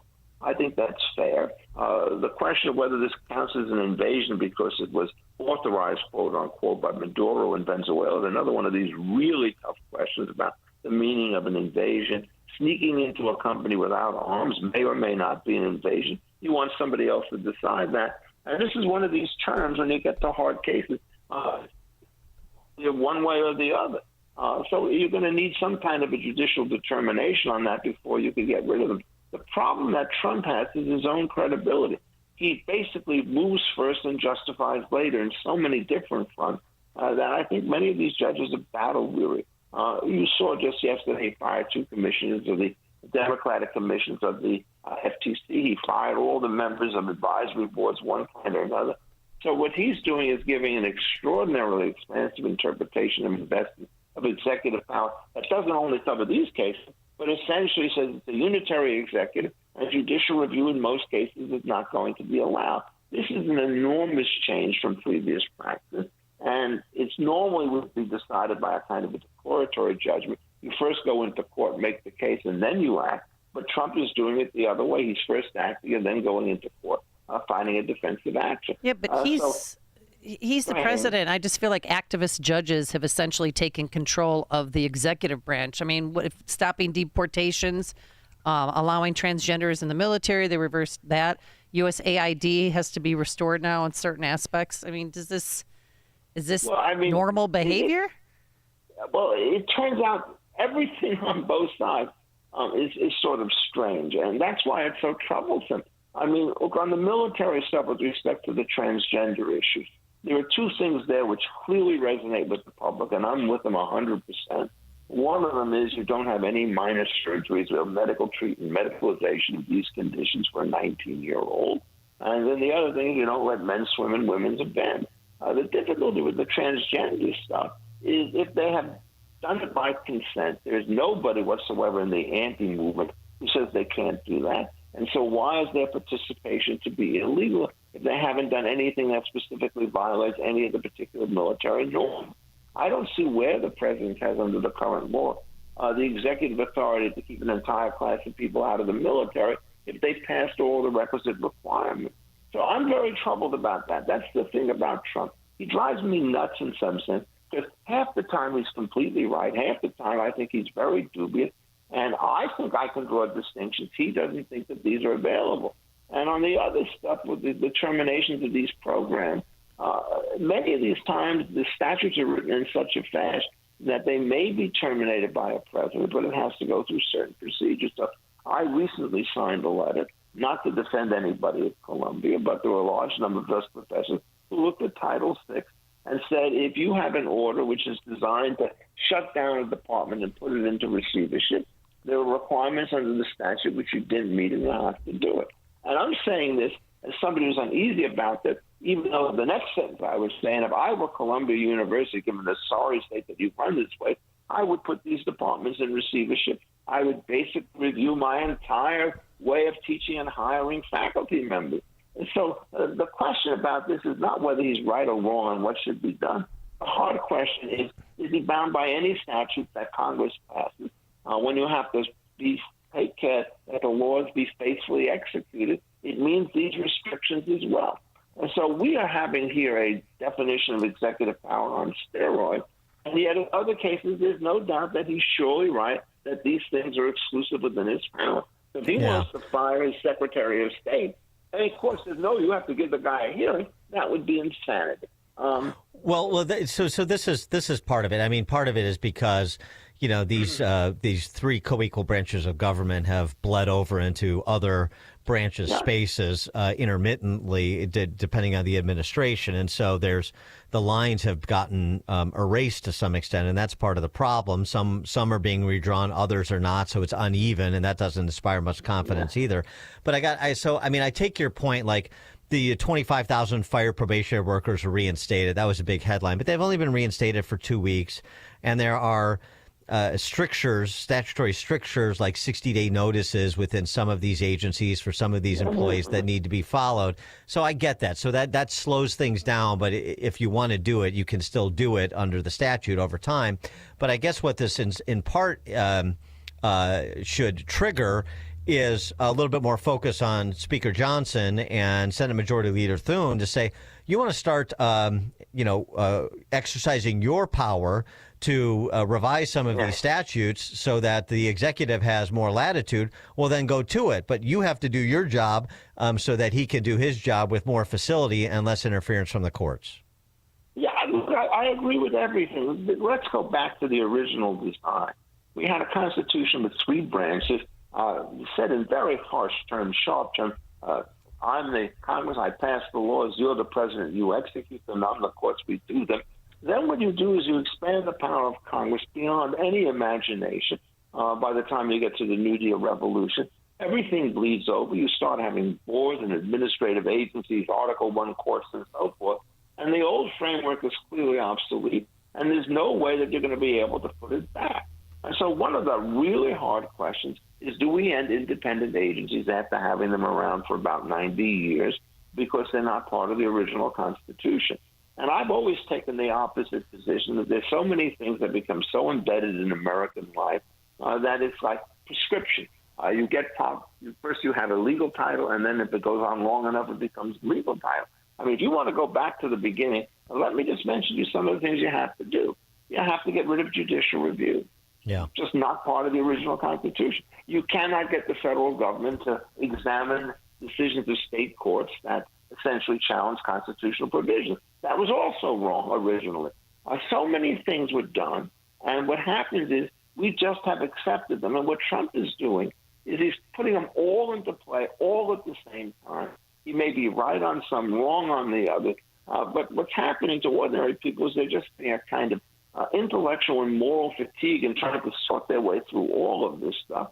I mean, look, if you look at DOGE and you ask whether or not the executive order allows him to appoint the man for that task without Senate confirmation, I think the answer is no.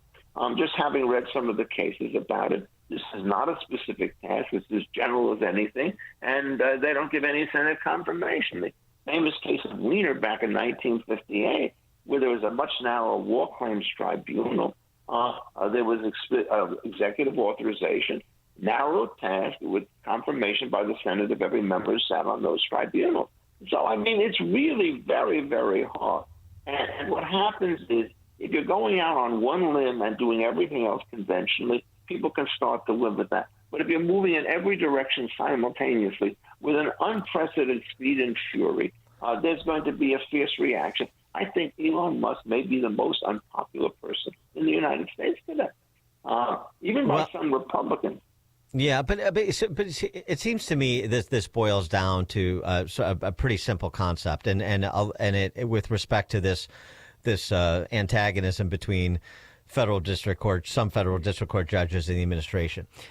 The concern that I have is a federal district court is essentially taking the position like Illinois courts have taken with respect to public sector pensions. We have something in place. It's a guarantee. And the only thing that you can do is increase it. You can't decrease it, which makes no sense. You're right about that. Right. I mean, which makes so. But my concern is that's exactly what some of these federal district court judges. We have a government that you inherited. The only thing you can do is hold it harmless or increase it, but you can't decrease it, and that's insanity. That is insanity. And give you an illustration of that. Some of the environmental overreach with respect to West Virginia and these other cases on how it is you structure the academy economy is a classic illustration of judicial overreach. And when the Supreme Court took after that in the West Virginia case about 2.5 years ago, all hell broke loose, but they were right about what it is that they did. So I'm making your point, you're making my point, is that what happens is you have a scale of 1 to 10. And what you do is you look at 100 different measures. There are going to be large concentrations at 0 or 1, and large concentrations at 10 and some in the middle. What's happened politically, however, is there is no center anymore.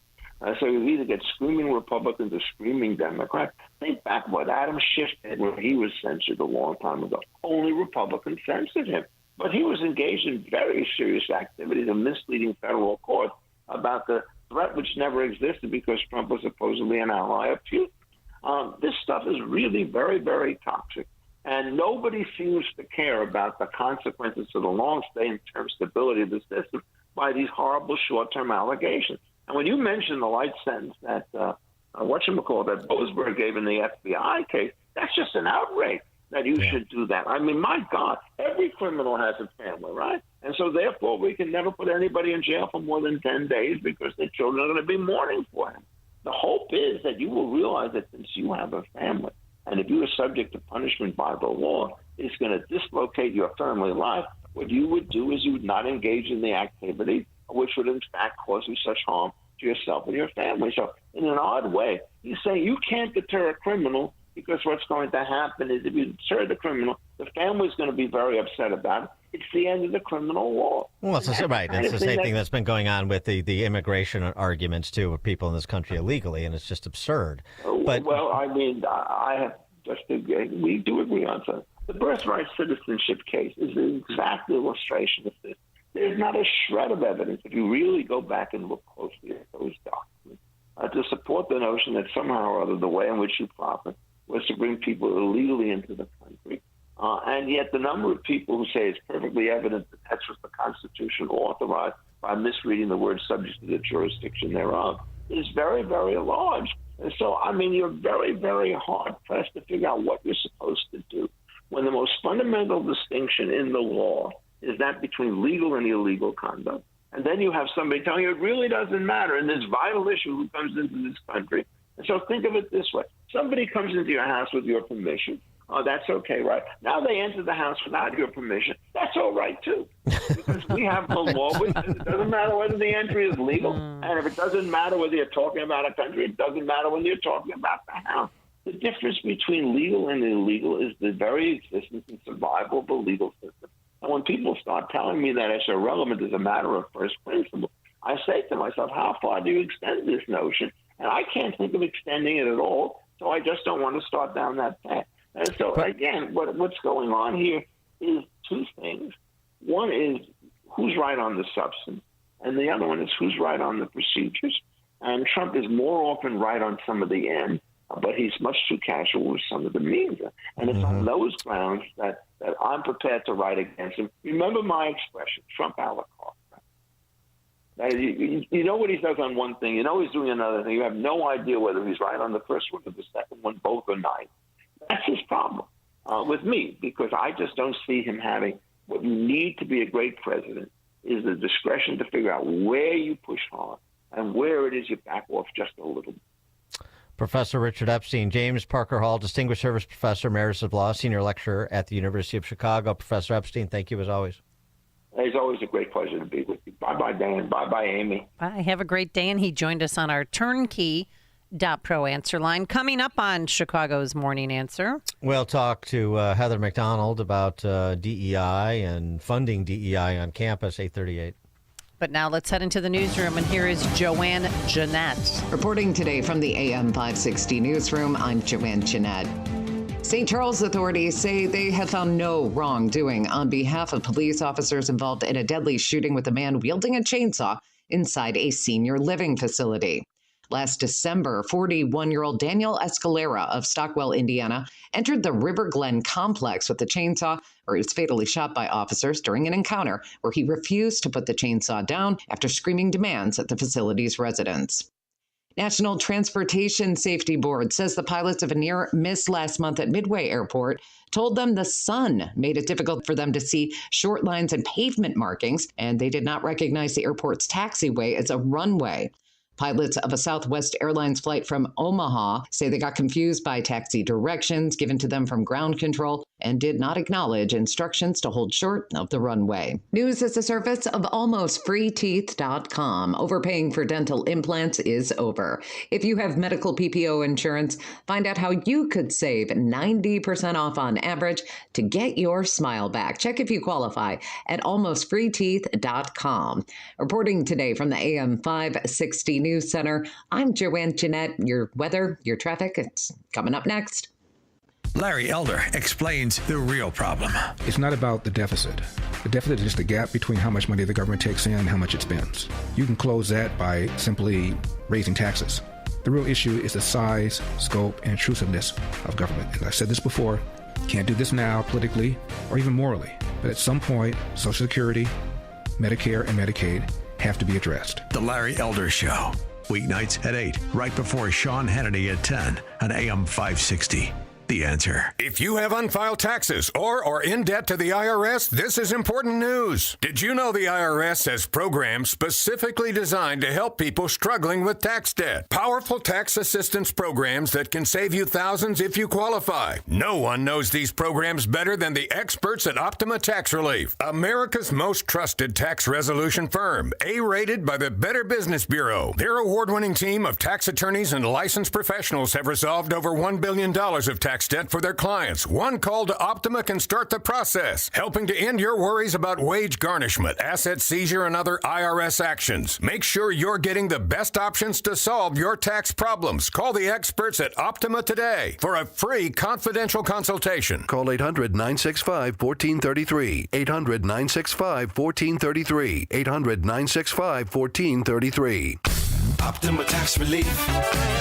Some restrictions apply. For complete details, please visit OptimaTaxRelief.com. Virago is fending off viruses and making America healthy again. Hi, my name is Dr. Michael Huber. I'm one of the co-founders of Virago, the immune enhancement cocktail. Here are some of the testimonials of Virago users. Hello, my name is Jim Thompson. I started taking Virago about 1.5 years ago. I was diagnosed with a heart condition, and in fact, I was at the Cleveland Clinic applying for one of their trials. The bad news is that I was not accepted for the trial. The good news is that my heart was healthier than they wanted, and I believe that's a result of taking Virago. I can also attest that I have not had the flu or COVID since I started taking Virago. I could definitely attest to my satisfaction with staying healthy by taking Virago every day. Boost your immune system with Virago. Order your bottle today. Visit myvirago.com. That's myvirogo.com. And use promo code IMMUNE to get 30% off. That's myvirago.com. Use coupon code IMMUNE to save 30%. Virago and Maha, making America healthy again. So, what'd you call me over here to see, buddy? Well, wait till you see the new set of wheels Whoa, would you look at this garage floor? Wow, buddy, is this a new coating? Well, yeah, but... It's so smooth and shiny. It looks like a showroom in here. Wow, looks easy to keep nice and clean, too. Yeah, it is, but... Man, I've been thinking about getting a new coating. This is a sweet-looking garage floor. You happen to notice my new Corvette? Oh, huh. That's cool, too. Level 10 Coatings, Chicagoland's premier concrete coatings company. We can improve the look of your garage, basement, office, or outdoor space with customized concrete coating solutions. As Chicagoland's only certified Cimarron installer, we're setting industry standards. Level 10 Coatings uses polyurea and polyaspartic coating, which is stronger than epoxy. Turn your ugly garage floor into a showroom floor this spring. Mention Amy Jacobson to receive $500 off any new project. Visit level10coatings.com to schedule today or call 855-510-2628. Level 10 Coatings, your premier concrete coating experts. This hourly segment is brought to you by Destination Retirement with Robert Kuhn, Sunday mornings at 11. Sponsored by Kuhn Capital Partners in Naperville. Stuck in traffic? We've got the answer from the AM 560 Traffic Center. In Roselle, crash on Central Avenue at Roselle Road. Police activity continues in Aurora. This is on Route 25 at Ashland. That area blocked off. Oak Brook, a collision on 22nd Street at Midwest Road. It's still heavy both directions of the Kennedy. Inbound side, it's an hour from O'Hare into downtown. It's the outbound side of the Kennedy. It's just solid. Hour 15 downtown out to the airport. You've got that road work taking out 2 lanes, and an earlier crash at the Tri-State that has finally been cleared from the road, so hopefully that'll open up. This report is sponsored by Mattress Firm. Shop Mattress Firm's Upgrade Your Sleep sale. See a sleep expert and get matched with your perfect bed so you sleep better at night. You'll even get 120 nights to love it or your money back. Restrictions apply. Reporting today from the Team Hochberg Traffic Center, I'm Joanne Jeanette. Now, your official weather forecast. Cloudy skies, shower and thunderstorm mainly late today. Could see some damaging wind and hail. The high today 55. Clouds and breezy, thunderstorm this evening. Snow and flurries late tonight, maybe an inch, low 32. Sun and clouds tomorrow, the high 44. I'm Steve Williams on AM 560. The Answer. Get the latest weather, traffic, and news updates online at 560theanswer.com. Now, from the Signature Bank Studios. If you're looking for the latest news, insight into what it means, and the sharpest opinion, there's only one station in Chicago where you can turn, and it's this one. We're AM 560, The Answer.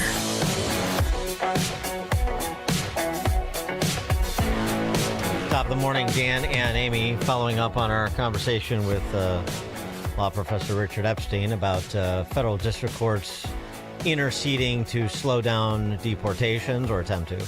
Interceding to slow down terminations of federal workers, or at least attempting to. The federal courts interceding to stop the NIH from redefining the terms of grants provided to academic research institutions like med schools. This is the subject of an excellent piece over at City Journal from Heather McDonald, the Thomas W. Smith Fellow, that is, at the Manhattan Institute, and author of When Race Trumps Merit, How the Pursuit of Equity Sacrifices Excellence, Destroys Beauty, and Threatens Lives. And she joins us now to discuss it. Heather, thanks for being with us. Appreciate it. My pleasure. Thank you so much, Dan and Amy.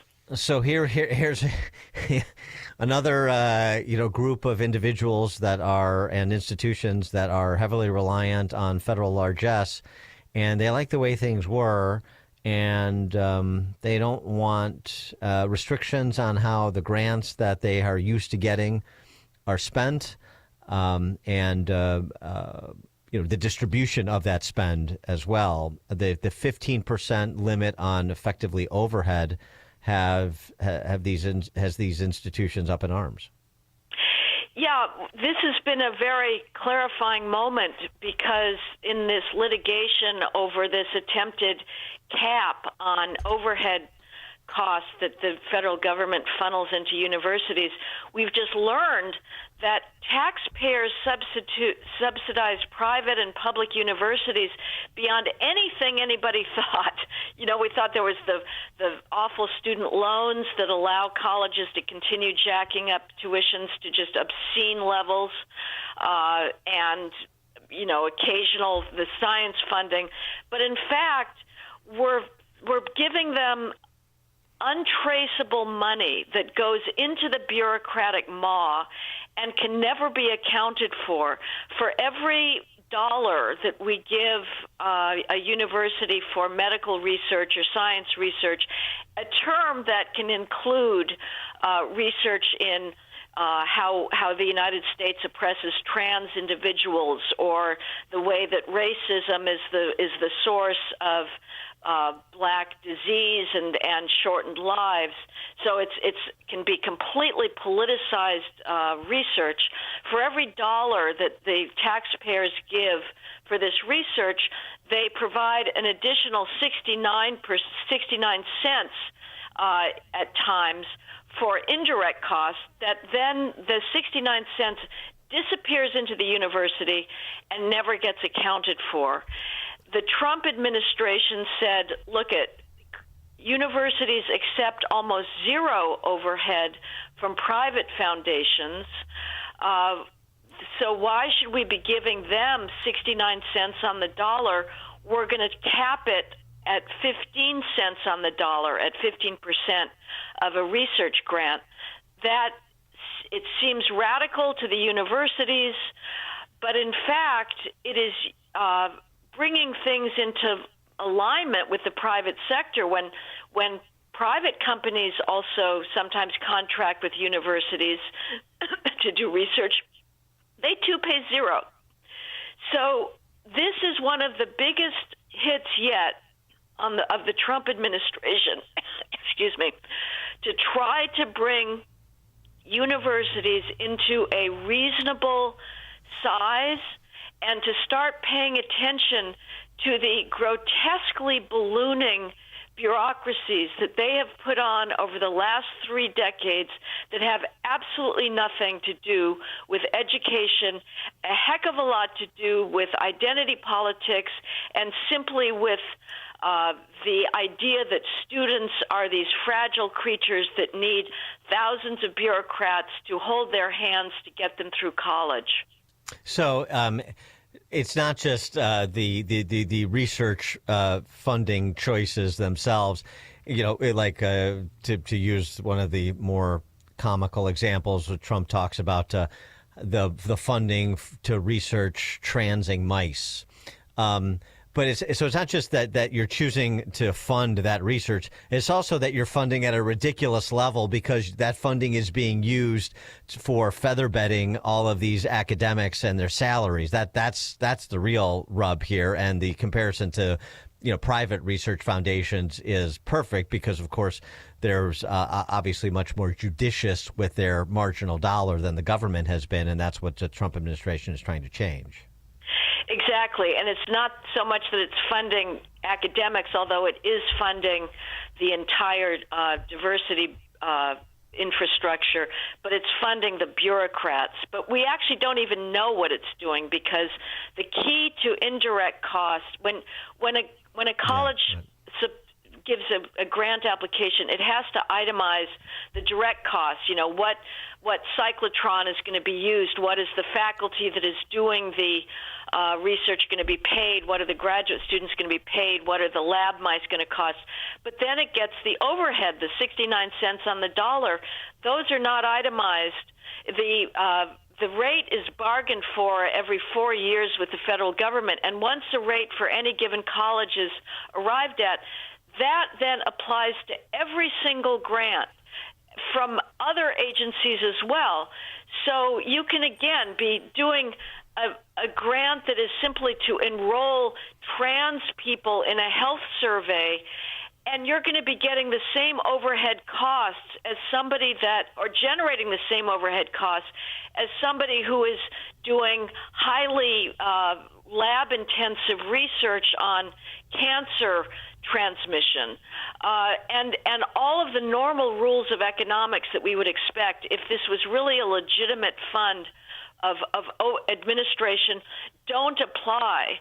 The bigger the university, you don't get any economies of scale. The bigger the university it tends to be, the bigger their overhead cost rate, and the bigger their endowment, the less they're, nobody says, okay, well, we'll dip into our endowment to fund this. Heaven forbid we touch this incredibly lavish fund that we want to just keep generating its hedge fund interest rates. And you also, again, you don't see any distinction between the type of research. Once you get that 69% rate, that's going to apply to stuff that has absolutely no administrative overhead. But isn't the rate negotiated with the government? It's negotiated every 4 years or so, an elaborate process. But the government, it's a cottage industry.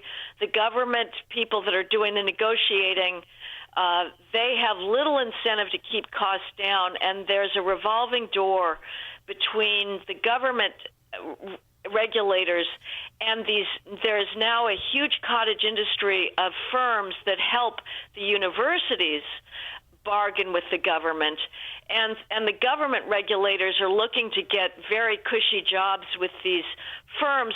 The cost of using these firms in these negotiations itself becomes part of the indirect cost rate. So it is a slush fund all around.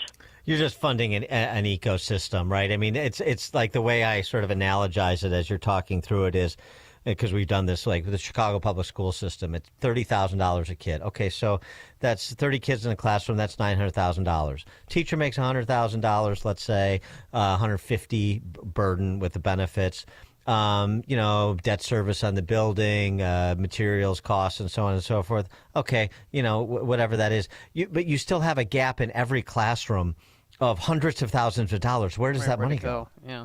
And it goes to, basically to fund the overarching bureaucracy that is ever expanding. And we've seen the same thing at the collegiate level, where administrative staff has exploded in comparison to student enrollment growth. And that's absolutely right, Dan. And these administrators, it's just the most mind-boggling set of vacuous functions, assistant coordinators of outreach and external relations, student success managers, senior coordinators of student accountability, health promotion specialists, vice presidents of institutional strategic planning, advisors to vice presidents of academic. It just goes on and on and on. There is no sense of a careful, dedicated stewardship of taxpayer dollars. We thought that the tuitions were bad enough. The tuitions were just grotesque, but they're getting even more than the tuitions.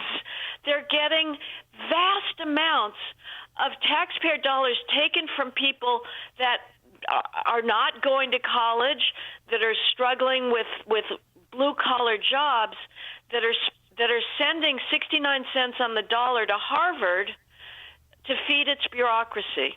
And then to pay for the student loans for kids that went to Harvard. Right. There should be there should be really no more federal government loans. We've got too many people going to college in the first place, but that's what these bureaucrats do. That's what the retention specialists do. They have yield management specialists to try and get out there, beat the bushes, try and get as many warm butts on first-year college seats as possible, and who cares if they drop out next because they brought in their first year of federal loans. So we have traveled so far from any sense that there's a precious institutional heritage, civilizational heritage to pass on. The role of the faculty is to do that. You do not need the whole safetiest bureaucracy that is there, telling students that they've got mental illness, they need all their wellness centers. And we should be lean and mean and say to these kids, you are the luckiest people on earth to be getting a college education. You've got 4 years to cram into your empty noggins as much knowledge as possible, and we're going to do that in a lean and mean fashion. Read books and shut up. Read books and shut up. I like it. Heather McDonald, Thomas W. Smith Fellow at the Manhattan Institute, author of When Race Trumps Merit, How the Pursuit of Equity Sacrifices Excellence, Destroys Beauty, and Threatens Lives. When Race Trumps Merit is the book. Heather, thanks as always. Always a pleasure. Thank you, Dan and Amy. Thank you. And she joined us on our, turnkey.pro answer line. Before you see it on TV, share it on Facebook, or read about it in the paper. Hear it here first. This is Chicago's Morning Answer on AM 560. The Answer.